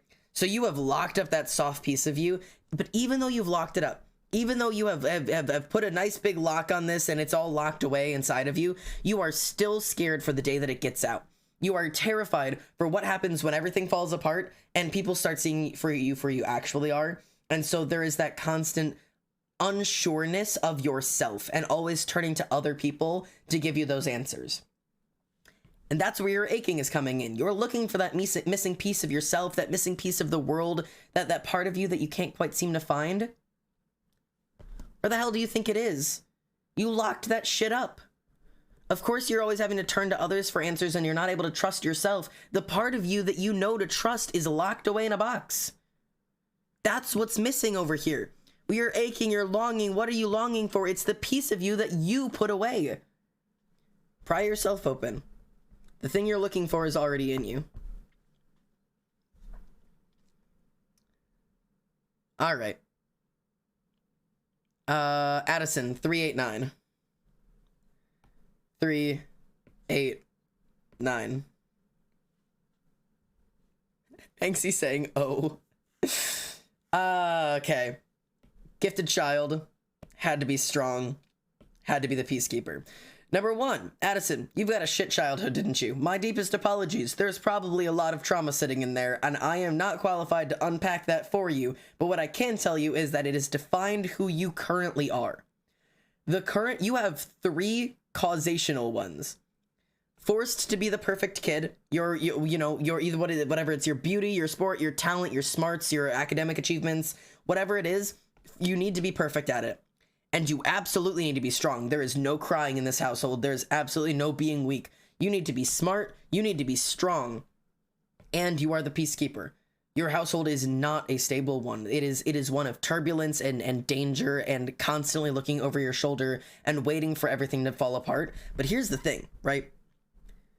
You are currently doing the peacekeeping and holding everything together, not by, like just the general conventional means, but by being strong and being the perfect kid. But the thing is, both of these things crack, man.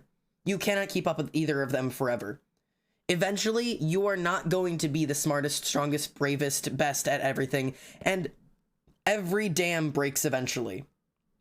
And when it does, the world is going to come crashing down. And that's okay. You will find yourself in the rubble of it. But to ever find yourself, you need to break both of these. You need to unlearn that you have to be perfect and let go of the harsh armor that you're keeping on, and everything is going to fall apart, and you have to let it if you ever want to heal. 359 Sunset.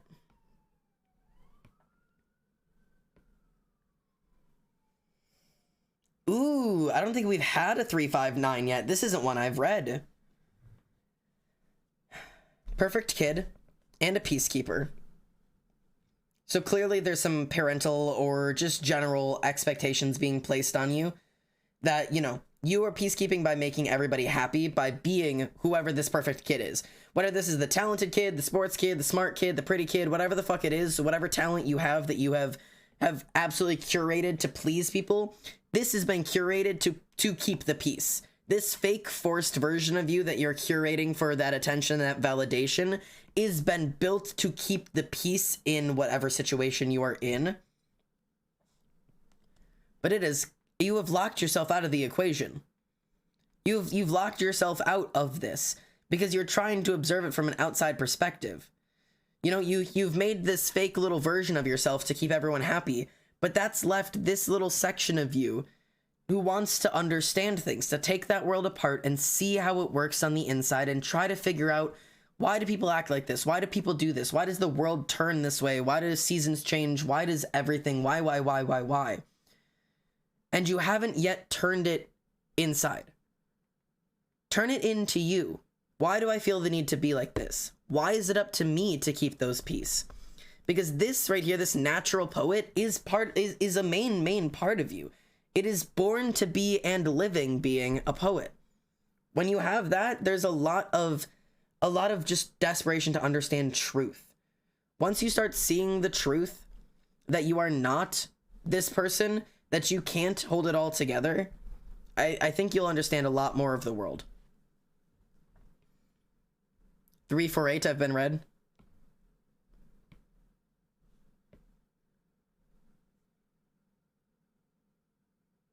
I mean, did we not do this one today? Did we do that one yesterday?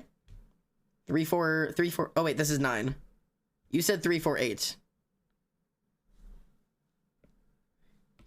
348. Perfect, strong, lost. Is that a pretty good summary?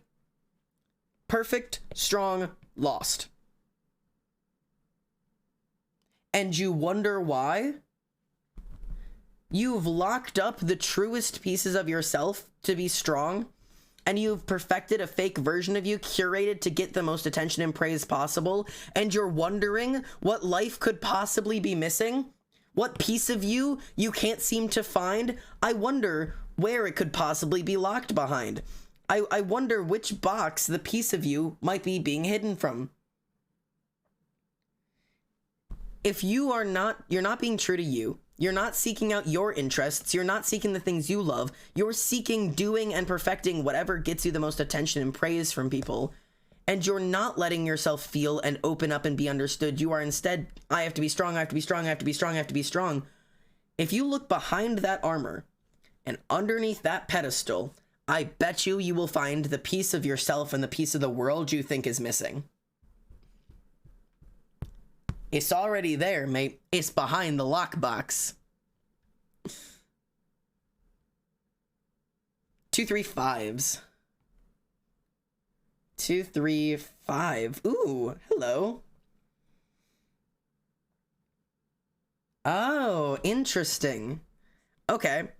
So your causation one is your 5 again. 5 is a causation one. 5 is one of the things that isn't necessarily an effect, but is more of a cause of other ones. So this is your base cause. You want to understand the world. But remember, with natural isolated poets, this isolated part is really important because you're trying to understand the world without keeping yourself in the equation. You don't want to, you're not trying to understand you, you're trying to understand them. You don't want people to see the real you, the true you, the you that's underneath, because you have this fear inside of you that if someone really were to open you up and see the real you, that they wouldn't like it. I'm going to take a wild guess and guess you probably have ADHD and or autism. Again, not diagnosing you, but you're afraid that if people saw the real you, they wouldn't like it. And so you have handcrafted these two pieces of you because the forced-driven kings are the people who will perfect and curate whatever gets people to like them the most, whatever gets them the most attention and praise. And the reluctant caring kings are just shelling out love. So instead of trying to actually show the part of you that you're afraid that people won't really like, you have given love, hoping that people will accept that as, true, genuine love and see you as a good person. And you've also forced yourself to be successful. And you think, if I just, if I curate myself to get attention and affection, and I make myself as caring as physically possible, then they have to like me. Well, yeah. You hand-built yourself to be liked. You put your puzzle pieces together in a perfect formation of a human that others would like. But it's not you. It's just this version you built for everyone else. Take those walls down. Figure out who you are.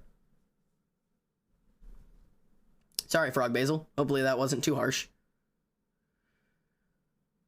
How did you know that it's some heartstrings? Fuck, I'm crying again. Angsty says 592. Didn't you already get read?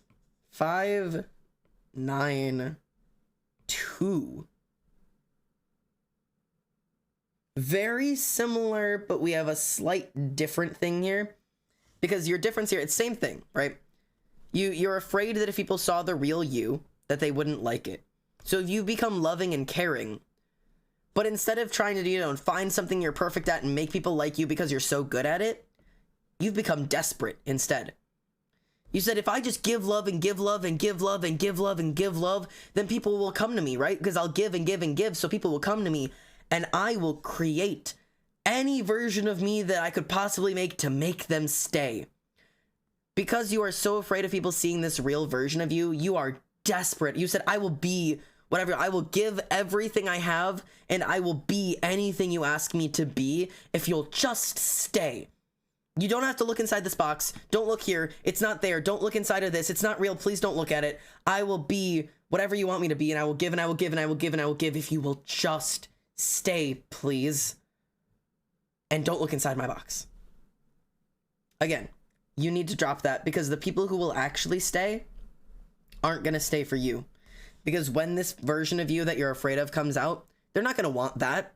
They want the caring king. They want the peacekeeper. They want the you who will be whatever they want. They want the you who will give and give and give until you have nothing left. The people attracted to people who are 2s and 9s will drain you for everything you have, everything you love. They will take whatever they can get from you and suck you completely dry until you have nothing left.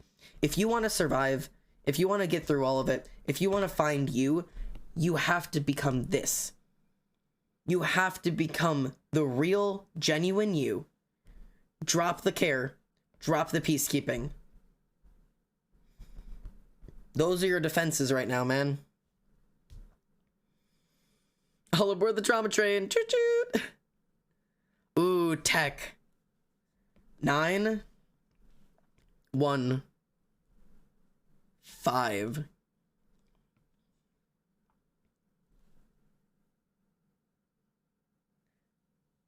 I can see and understand it all. I can fix it. And I will be whoever they need me to be. Tech, you're the type of person who's always reaching out to people, aren't you? You're the, if you need anything, you can reach out to me. And if you know, if there's anything I can do for you, just go ahead, like reach out to me, and I can provide you with the resources, and you know, whatever's wrong, just like talk to me, ask me about it. I can fix it. I can fix it. I can fix this. I can fix me. If you just give me enough time, I can fix me, and then you'll like me, and you can stay. Just give me the time to take everything apart. If I can take it all apart, if I can take it, the universe apart at its seams, and understand every individual piece, I can fix it. I can fix it. I can fix me. But until then, until I can learn how to fix me, I will be whatever you want. I'll be anything you ask of me. You know, maybe fixing me means doing whatever you ask. You know, maybe if I'm just nicer, if I'm just stronger, if I'm just smarter, if I'm funnier, if I laugh more, if I stop liking this kind of music, if I listen to these types of bands, if I wear these clothes, maybe that'll fix me. I just need enough time. Let me take the universe apart and understand every individual piece of it, and eventually maybe I can fix this. That maybe I can earn God's favor given time. Or maybe congratulations. Maybe they'll stay. Maybe they'll stay if I can just fix me. You're not broken. You're not fucking broken. You don't need to fix you.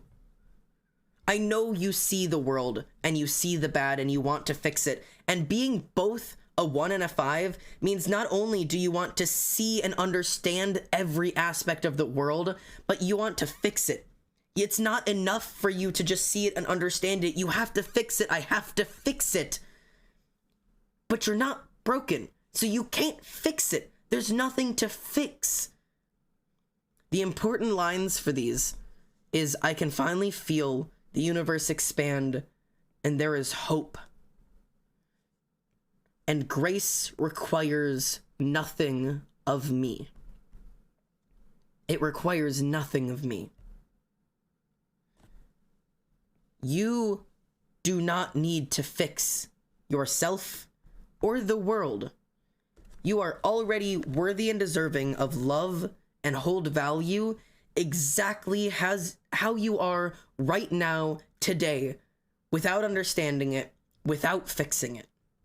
Because no matter how hard you work to understand it, there are some things that you can't change because they don't need to be fixed.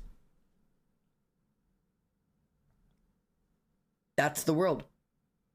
There's a sound that was going around on TikTok for a while from The Good Doctor of Sean saying, I can fix this. I can fix this. If you give me enough time, I can fix this. And the other person goes, Sean, you are autistic. You can't fix that. And that sound made me cry, and I had to leave TikTok for a period of time.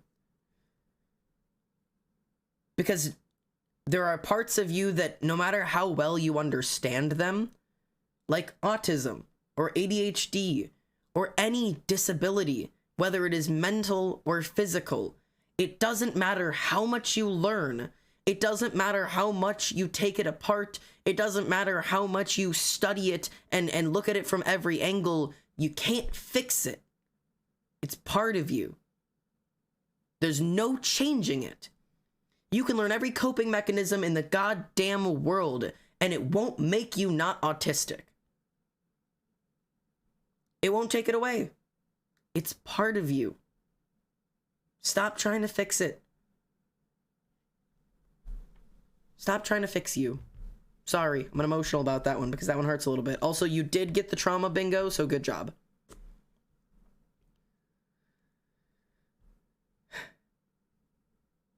I'm reading through chat.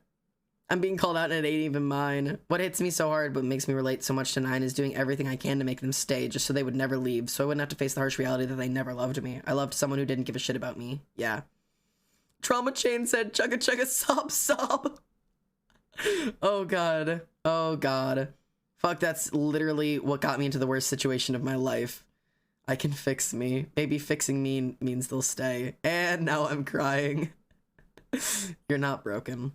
Doesn't matter how much you try, you just can't fix some stuff about yourself. I took the RADS test and my first thought was I technically aced it. Yeah. Also, who said they had a friend on call and they had one? Addison. Dear Addison's friend, 743. Ooh. Ooh, okay, so there's a very clear situation happening here. This one is your cause. 4 is your cause, right? Your cause is that you're missing a piece of you, right? You're feeling like there's a part of you missing. That there's got to be something more to life, something more to you. There's got to be something that life feels too ordinary. It's too boring. It's too empty. There has to be something more, right? And so, ba-bam, easily become a marching soldier. You become restless, anxious, spontaneous, impulsive, jumping at anything and everything of, there's got to be something good out there. If I just try everything, I'll find the good thing. If I throw myself in every single direction as fast as I can to every single thing that I could possibly try, well then I'll find the good. It's got to be out there somewhere. There's the missing piece of me has to be out there somewhere. If I just keep running, I'll find it. And along the way, I'm going to perfect all of it. I'm not just going to try all of it. I'm going to fucking perfect all of it. You want to try being an artist? I will become the best at my craft. And when I've perfected it and realized there's nothing left for me there, I will go back to running until I find something that interests me. What's next? Writing? Sure. I will perfect that. NaNoWriMo, easy, 50,000 words, 3 novels, best-selling author, I'm bored again. It doesn't give me the serotonin anymore. I've perfected it, and I'm still not happy. I'll go back to running. What can I find next? Dancing? I've taken 15 years of it, I've perfected it, I know every move, I dance to the Russian ballet. I'm bored again, keep running. Where is it? Where is it? Why am I not finding it? I will run and perfect until I find me. Interesting. That's a fascinating one. There's a hole inside of me, so if I try everything there is and perfect it, yeah, maybe I can find myself.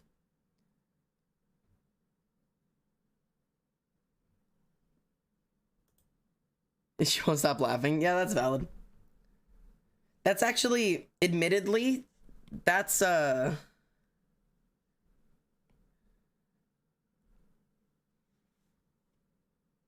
was me, actually. 473 was me. There's a part of me missing, so if I just try everything and perfect it, maybe I'll find happiness. That was my life in high school.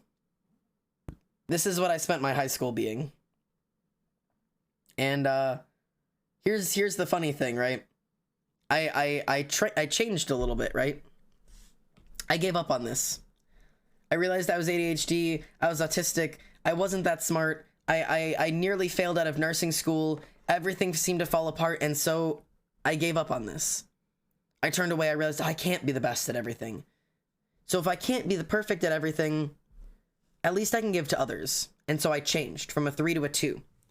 I gave up on being perfect, and I instead said, you know what? If I can't be perfect, I'll just give. And I'll give, and I'll give, and I'll give, and I'll give until I have nothing left to give. And then I realized, you know, it's not that there's a part of me missing. I thought there was. I thought maybe I was missing some piece of myself out there in the world, that maybe, you know, maybe I'm falling apart, and maybe if I can just find that piece of myself. I wasn't missing a piece of myself. I was hiding a piece of myself.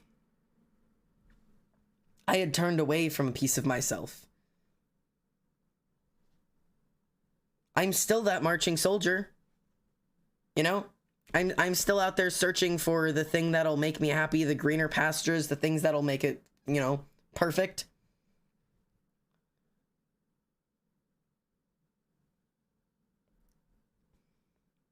You know?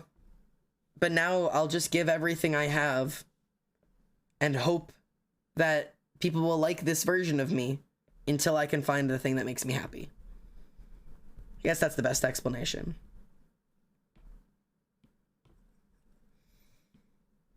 Would it make more sense for ones to strive for love or perfection? Well, it depends. It depends on if you are a 1 with a 2 or a 1 with a 3. Or if you ask Tech about the idea of wings, right? Everything kind of happens in a circle, you know? 1, 2, 3, 4, 5, 6, 7, 8, 9, or whatever. So technically, your wings would be, you know, 2s and 9s, which are love. Or you could be 3, or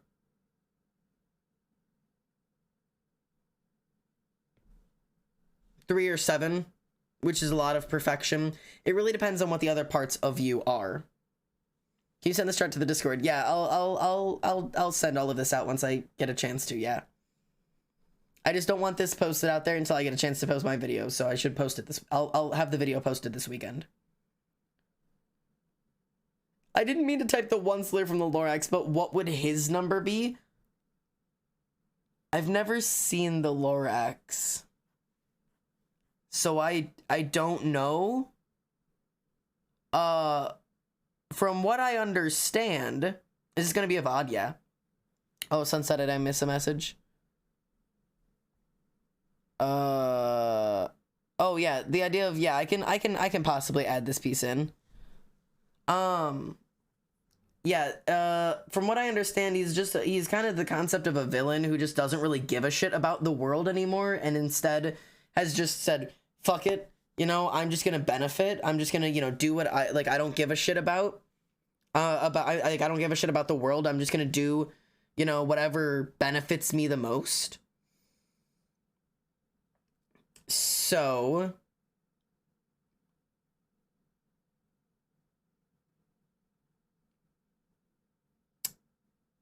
I'm saying maybe some combination of this. 1, 3, 8. But the unhealthy versions of all of this, you know? This is my assumption. This is my assumption. Because from what I understand, having never seen the movie, he doesn't really give a shit about the world. He's kind of turned his back on everything. He realizes he can't really fix shit, and so he's kind of shrugged off the exception that, you know, things could be better, and have accepted the dark dystopia in the future, and has used it to become profitable. He's perfected his craft. He saw the darkness in the world, and instead of instead of trying to fix it, he's trying to fix a different problem. Like, you know, trying to benefit from the darkness of the world, and has kind of shut himself out from the pain of it.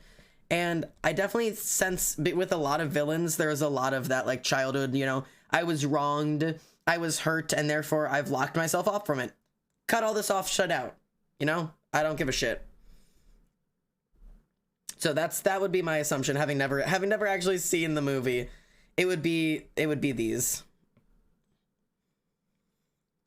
I got 4W6 or 8W6, and I'm not gonna lie, I'm still confused about it. Doesn't mean those are my top two. So wings are types of things. So like if you're you said you're a 4W6 and a 8W6. So those are kind of like a like an asterisk essentially. So both of them essentially are telling you that you have a certain type. Here, I can actually pull this up for you. Let me pull this up for you. Let me pull this up for you so I can actually show you what this means for people who would like to know. So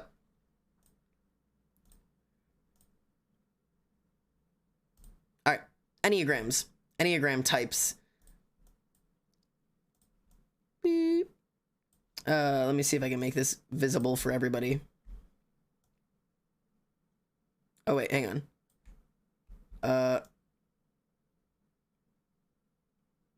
Oh god.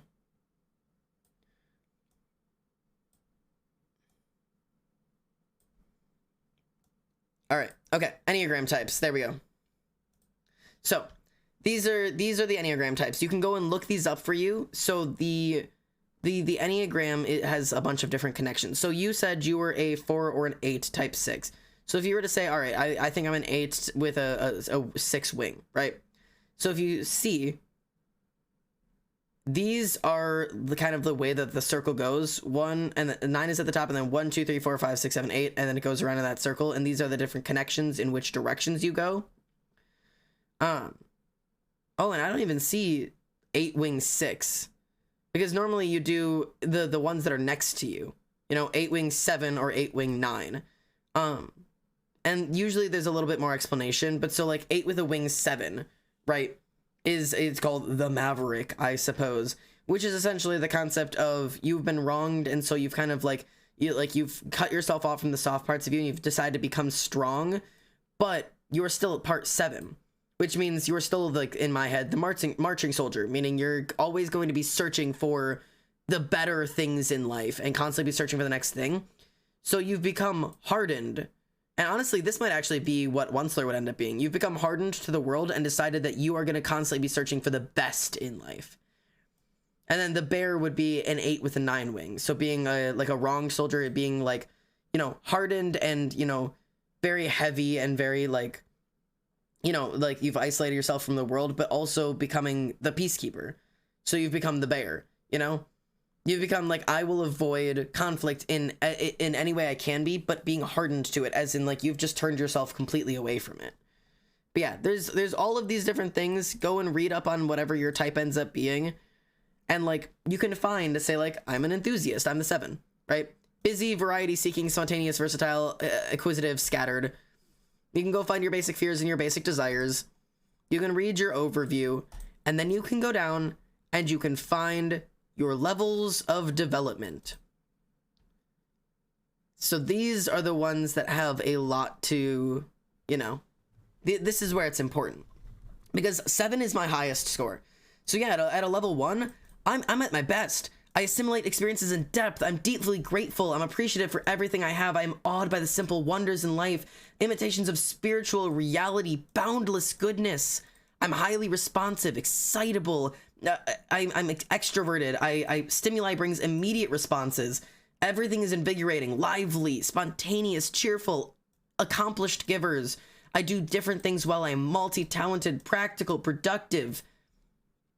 But that can sink as restlessness increases, wanting to have more options, becoming hyperactive and unable to say no, getting in conspicuous consumption, self-centered, greedy, never feeling like they have enough, addictive, hardened, insensitive, fear of being bored, perpetual motion, but I do too many things. And when it all comes down to it, they could be desperate to quell their anxieties, impulsive, don't know when to stop. Deal with impulses instead of anxieties, out of control, erratic mood swings, compulsive actions, and finally, at a level 9, the most unhealthy level, you know, energy and health is completely spent, claustrophobic, panic-stricken, given up on themselves and on life, deep depression and despair, self-destructive, impulsive suicide. I can be a level 1 or I can be a level 9. But these are all type 7s. That's why it's important to see where you are on all of this. Can we have the link to this? Yeah, let me link it. Chatters, you are capable of Googling things. Here's the link. So, I hope you guys had fun with that. I hope you had fun with all of this, and because there's a lot to all of it. Because there's a lot to it. But yeah, this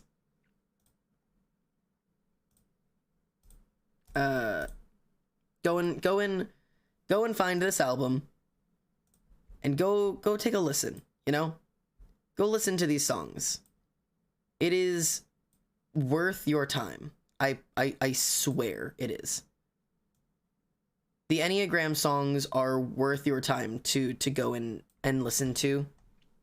This is Atlas Enneagram. It is an album. You can find it on Spotify or YouTube or anywhere. It's by Sleeping at Last. Find your type, find your song, and go hear it. Go really, really listen to it. You know?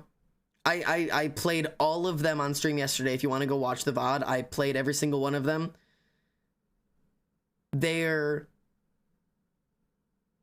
I cried to 9 today. And I nearly cried to 3. Because I'm not playing all of them tonight because I just don't have the thing. Wasn't it muted in the VOD though? It wasn't actually. Apparently, Sleeping at Last doesn't get muted. Apparently.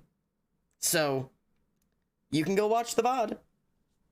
If I turn my music up, music is going to be a little bit loud, just so you know, but not overwhelmingly loud.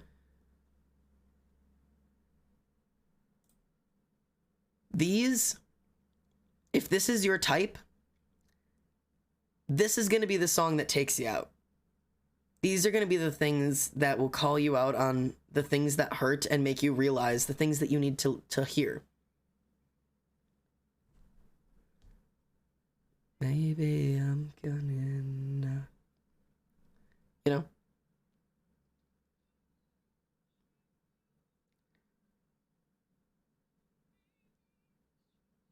Isn't real love, and with or without it, I'm good enough. Maybe I've done enough. Finally catching up. For the first time I see an image of my brokenness, otherly worthy of love. Maybe I've done enough.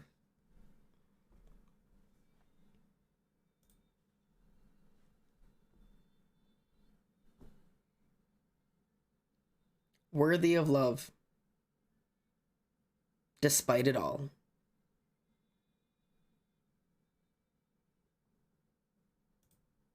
I finally see myself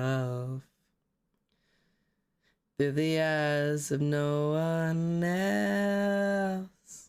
That's so exhausting on this silver screen, where I play the role of anyone but me. And I finally see myself villaged and overwhelmed, a mess of a story I'm ashamed to tell.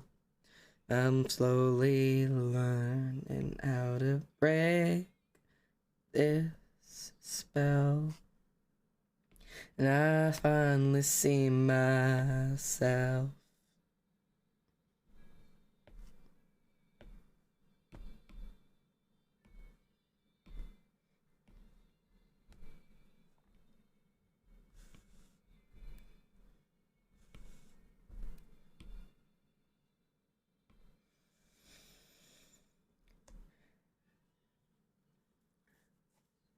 This is the healing part.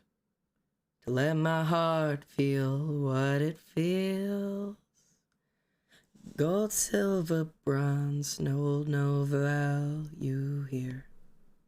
Where work and rest are equally revered. I only want what's real. Set aside the highlight reel and leave our greatest failures on display with an asterisk worthy of love anyway.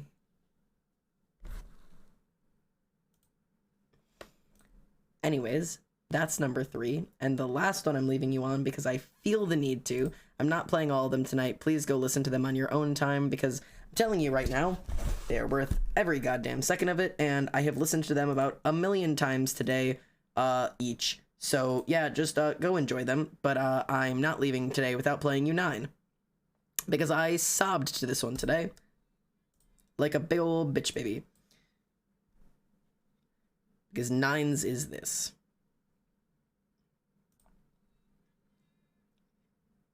To say what any of this means. I have been sleepwalking since I was 14. Now I write my song. I retrace my steps. Honestly, it's easier to let myself forget. Still, I check my vital signs. Choked up, I realize I have less than half myself for more than half my life. Wake up for again. Wake on gravity. So much more fighting for. You'll see. Another domino falls. Either way.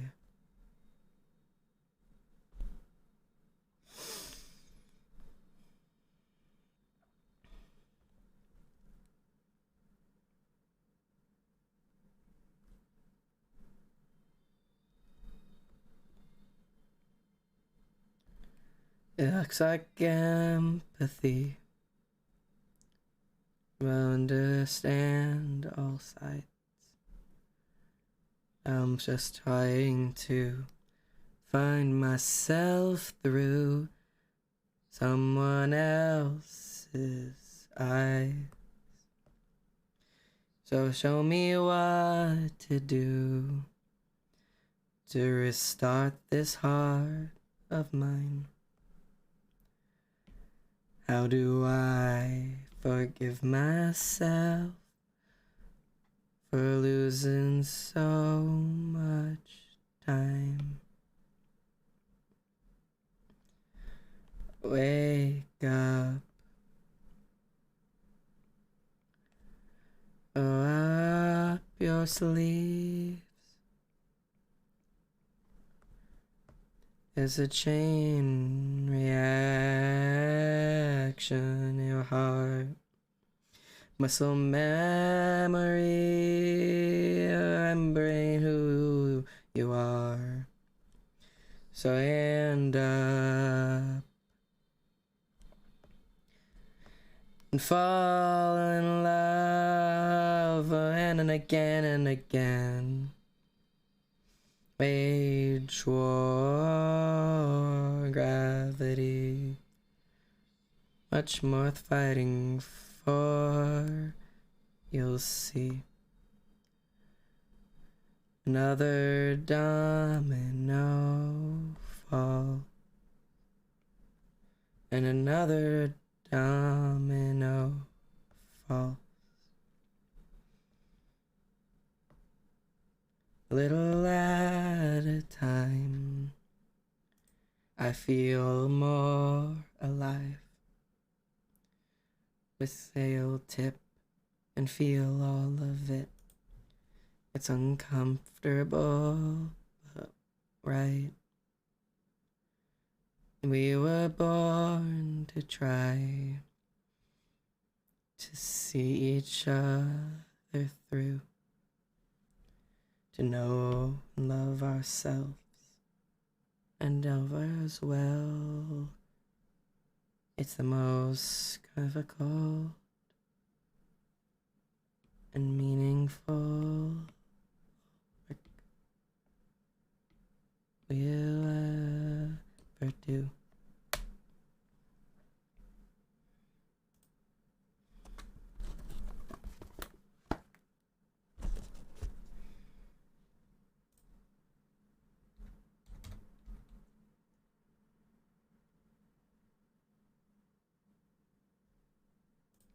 And that is that's the story for the day.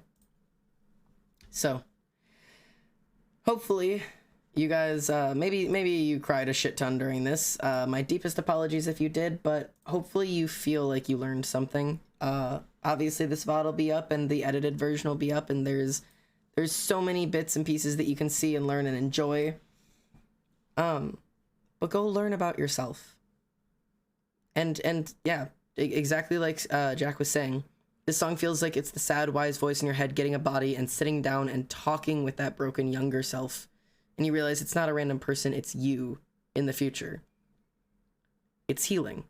And if you want to learn and you want to heal, those things have to go together. To heal what's broken, you have to figure out what hurts. All right? So, like, don't be afraid of it. It's like that last song said, it's hard, right? It's not easy. It's difficult. It's painful. It's not going to feel good sometimes. But it's the most meaningful work we do. You know? So, of course I have to give you the origination of Soldier Poet King and give you this outro song again while we load up a raid. So, remember, no matter which one you ended up being, soldier, poet, or king, there is a healthy generation of all of you. Good, bad, and in between.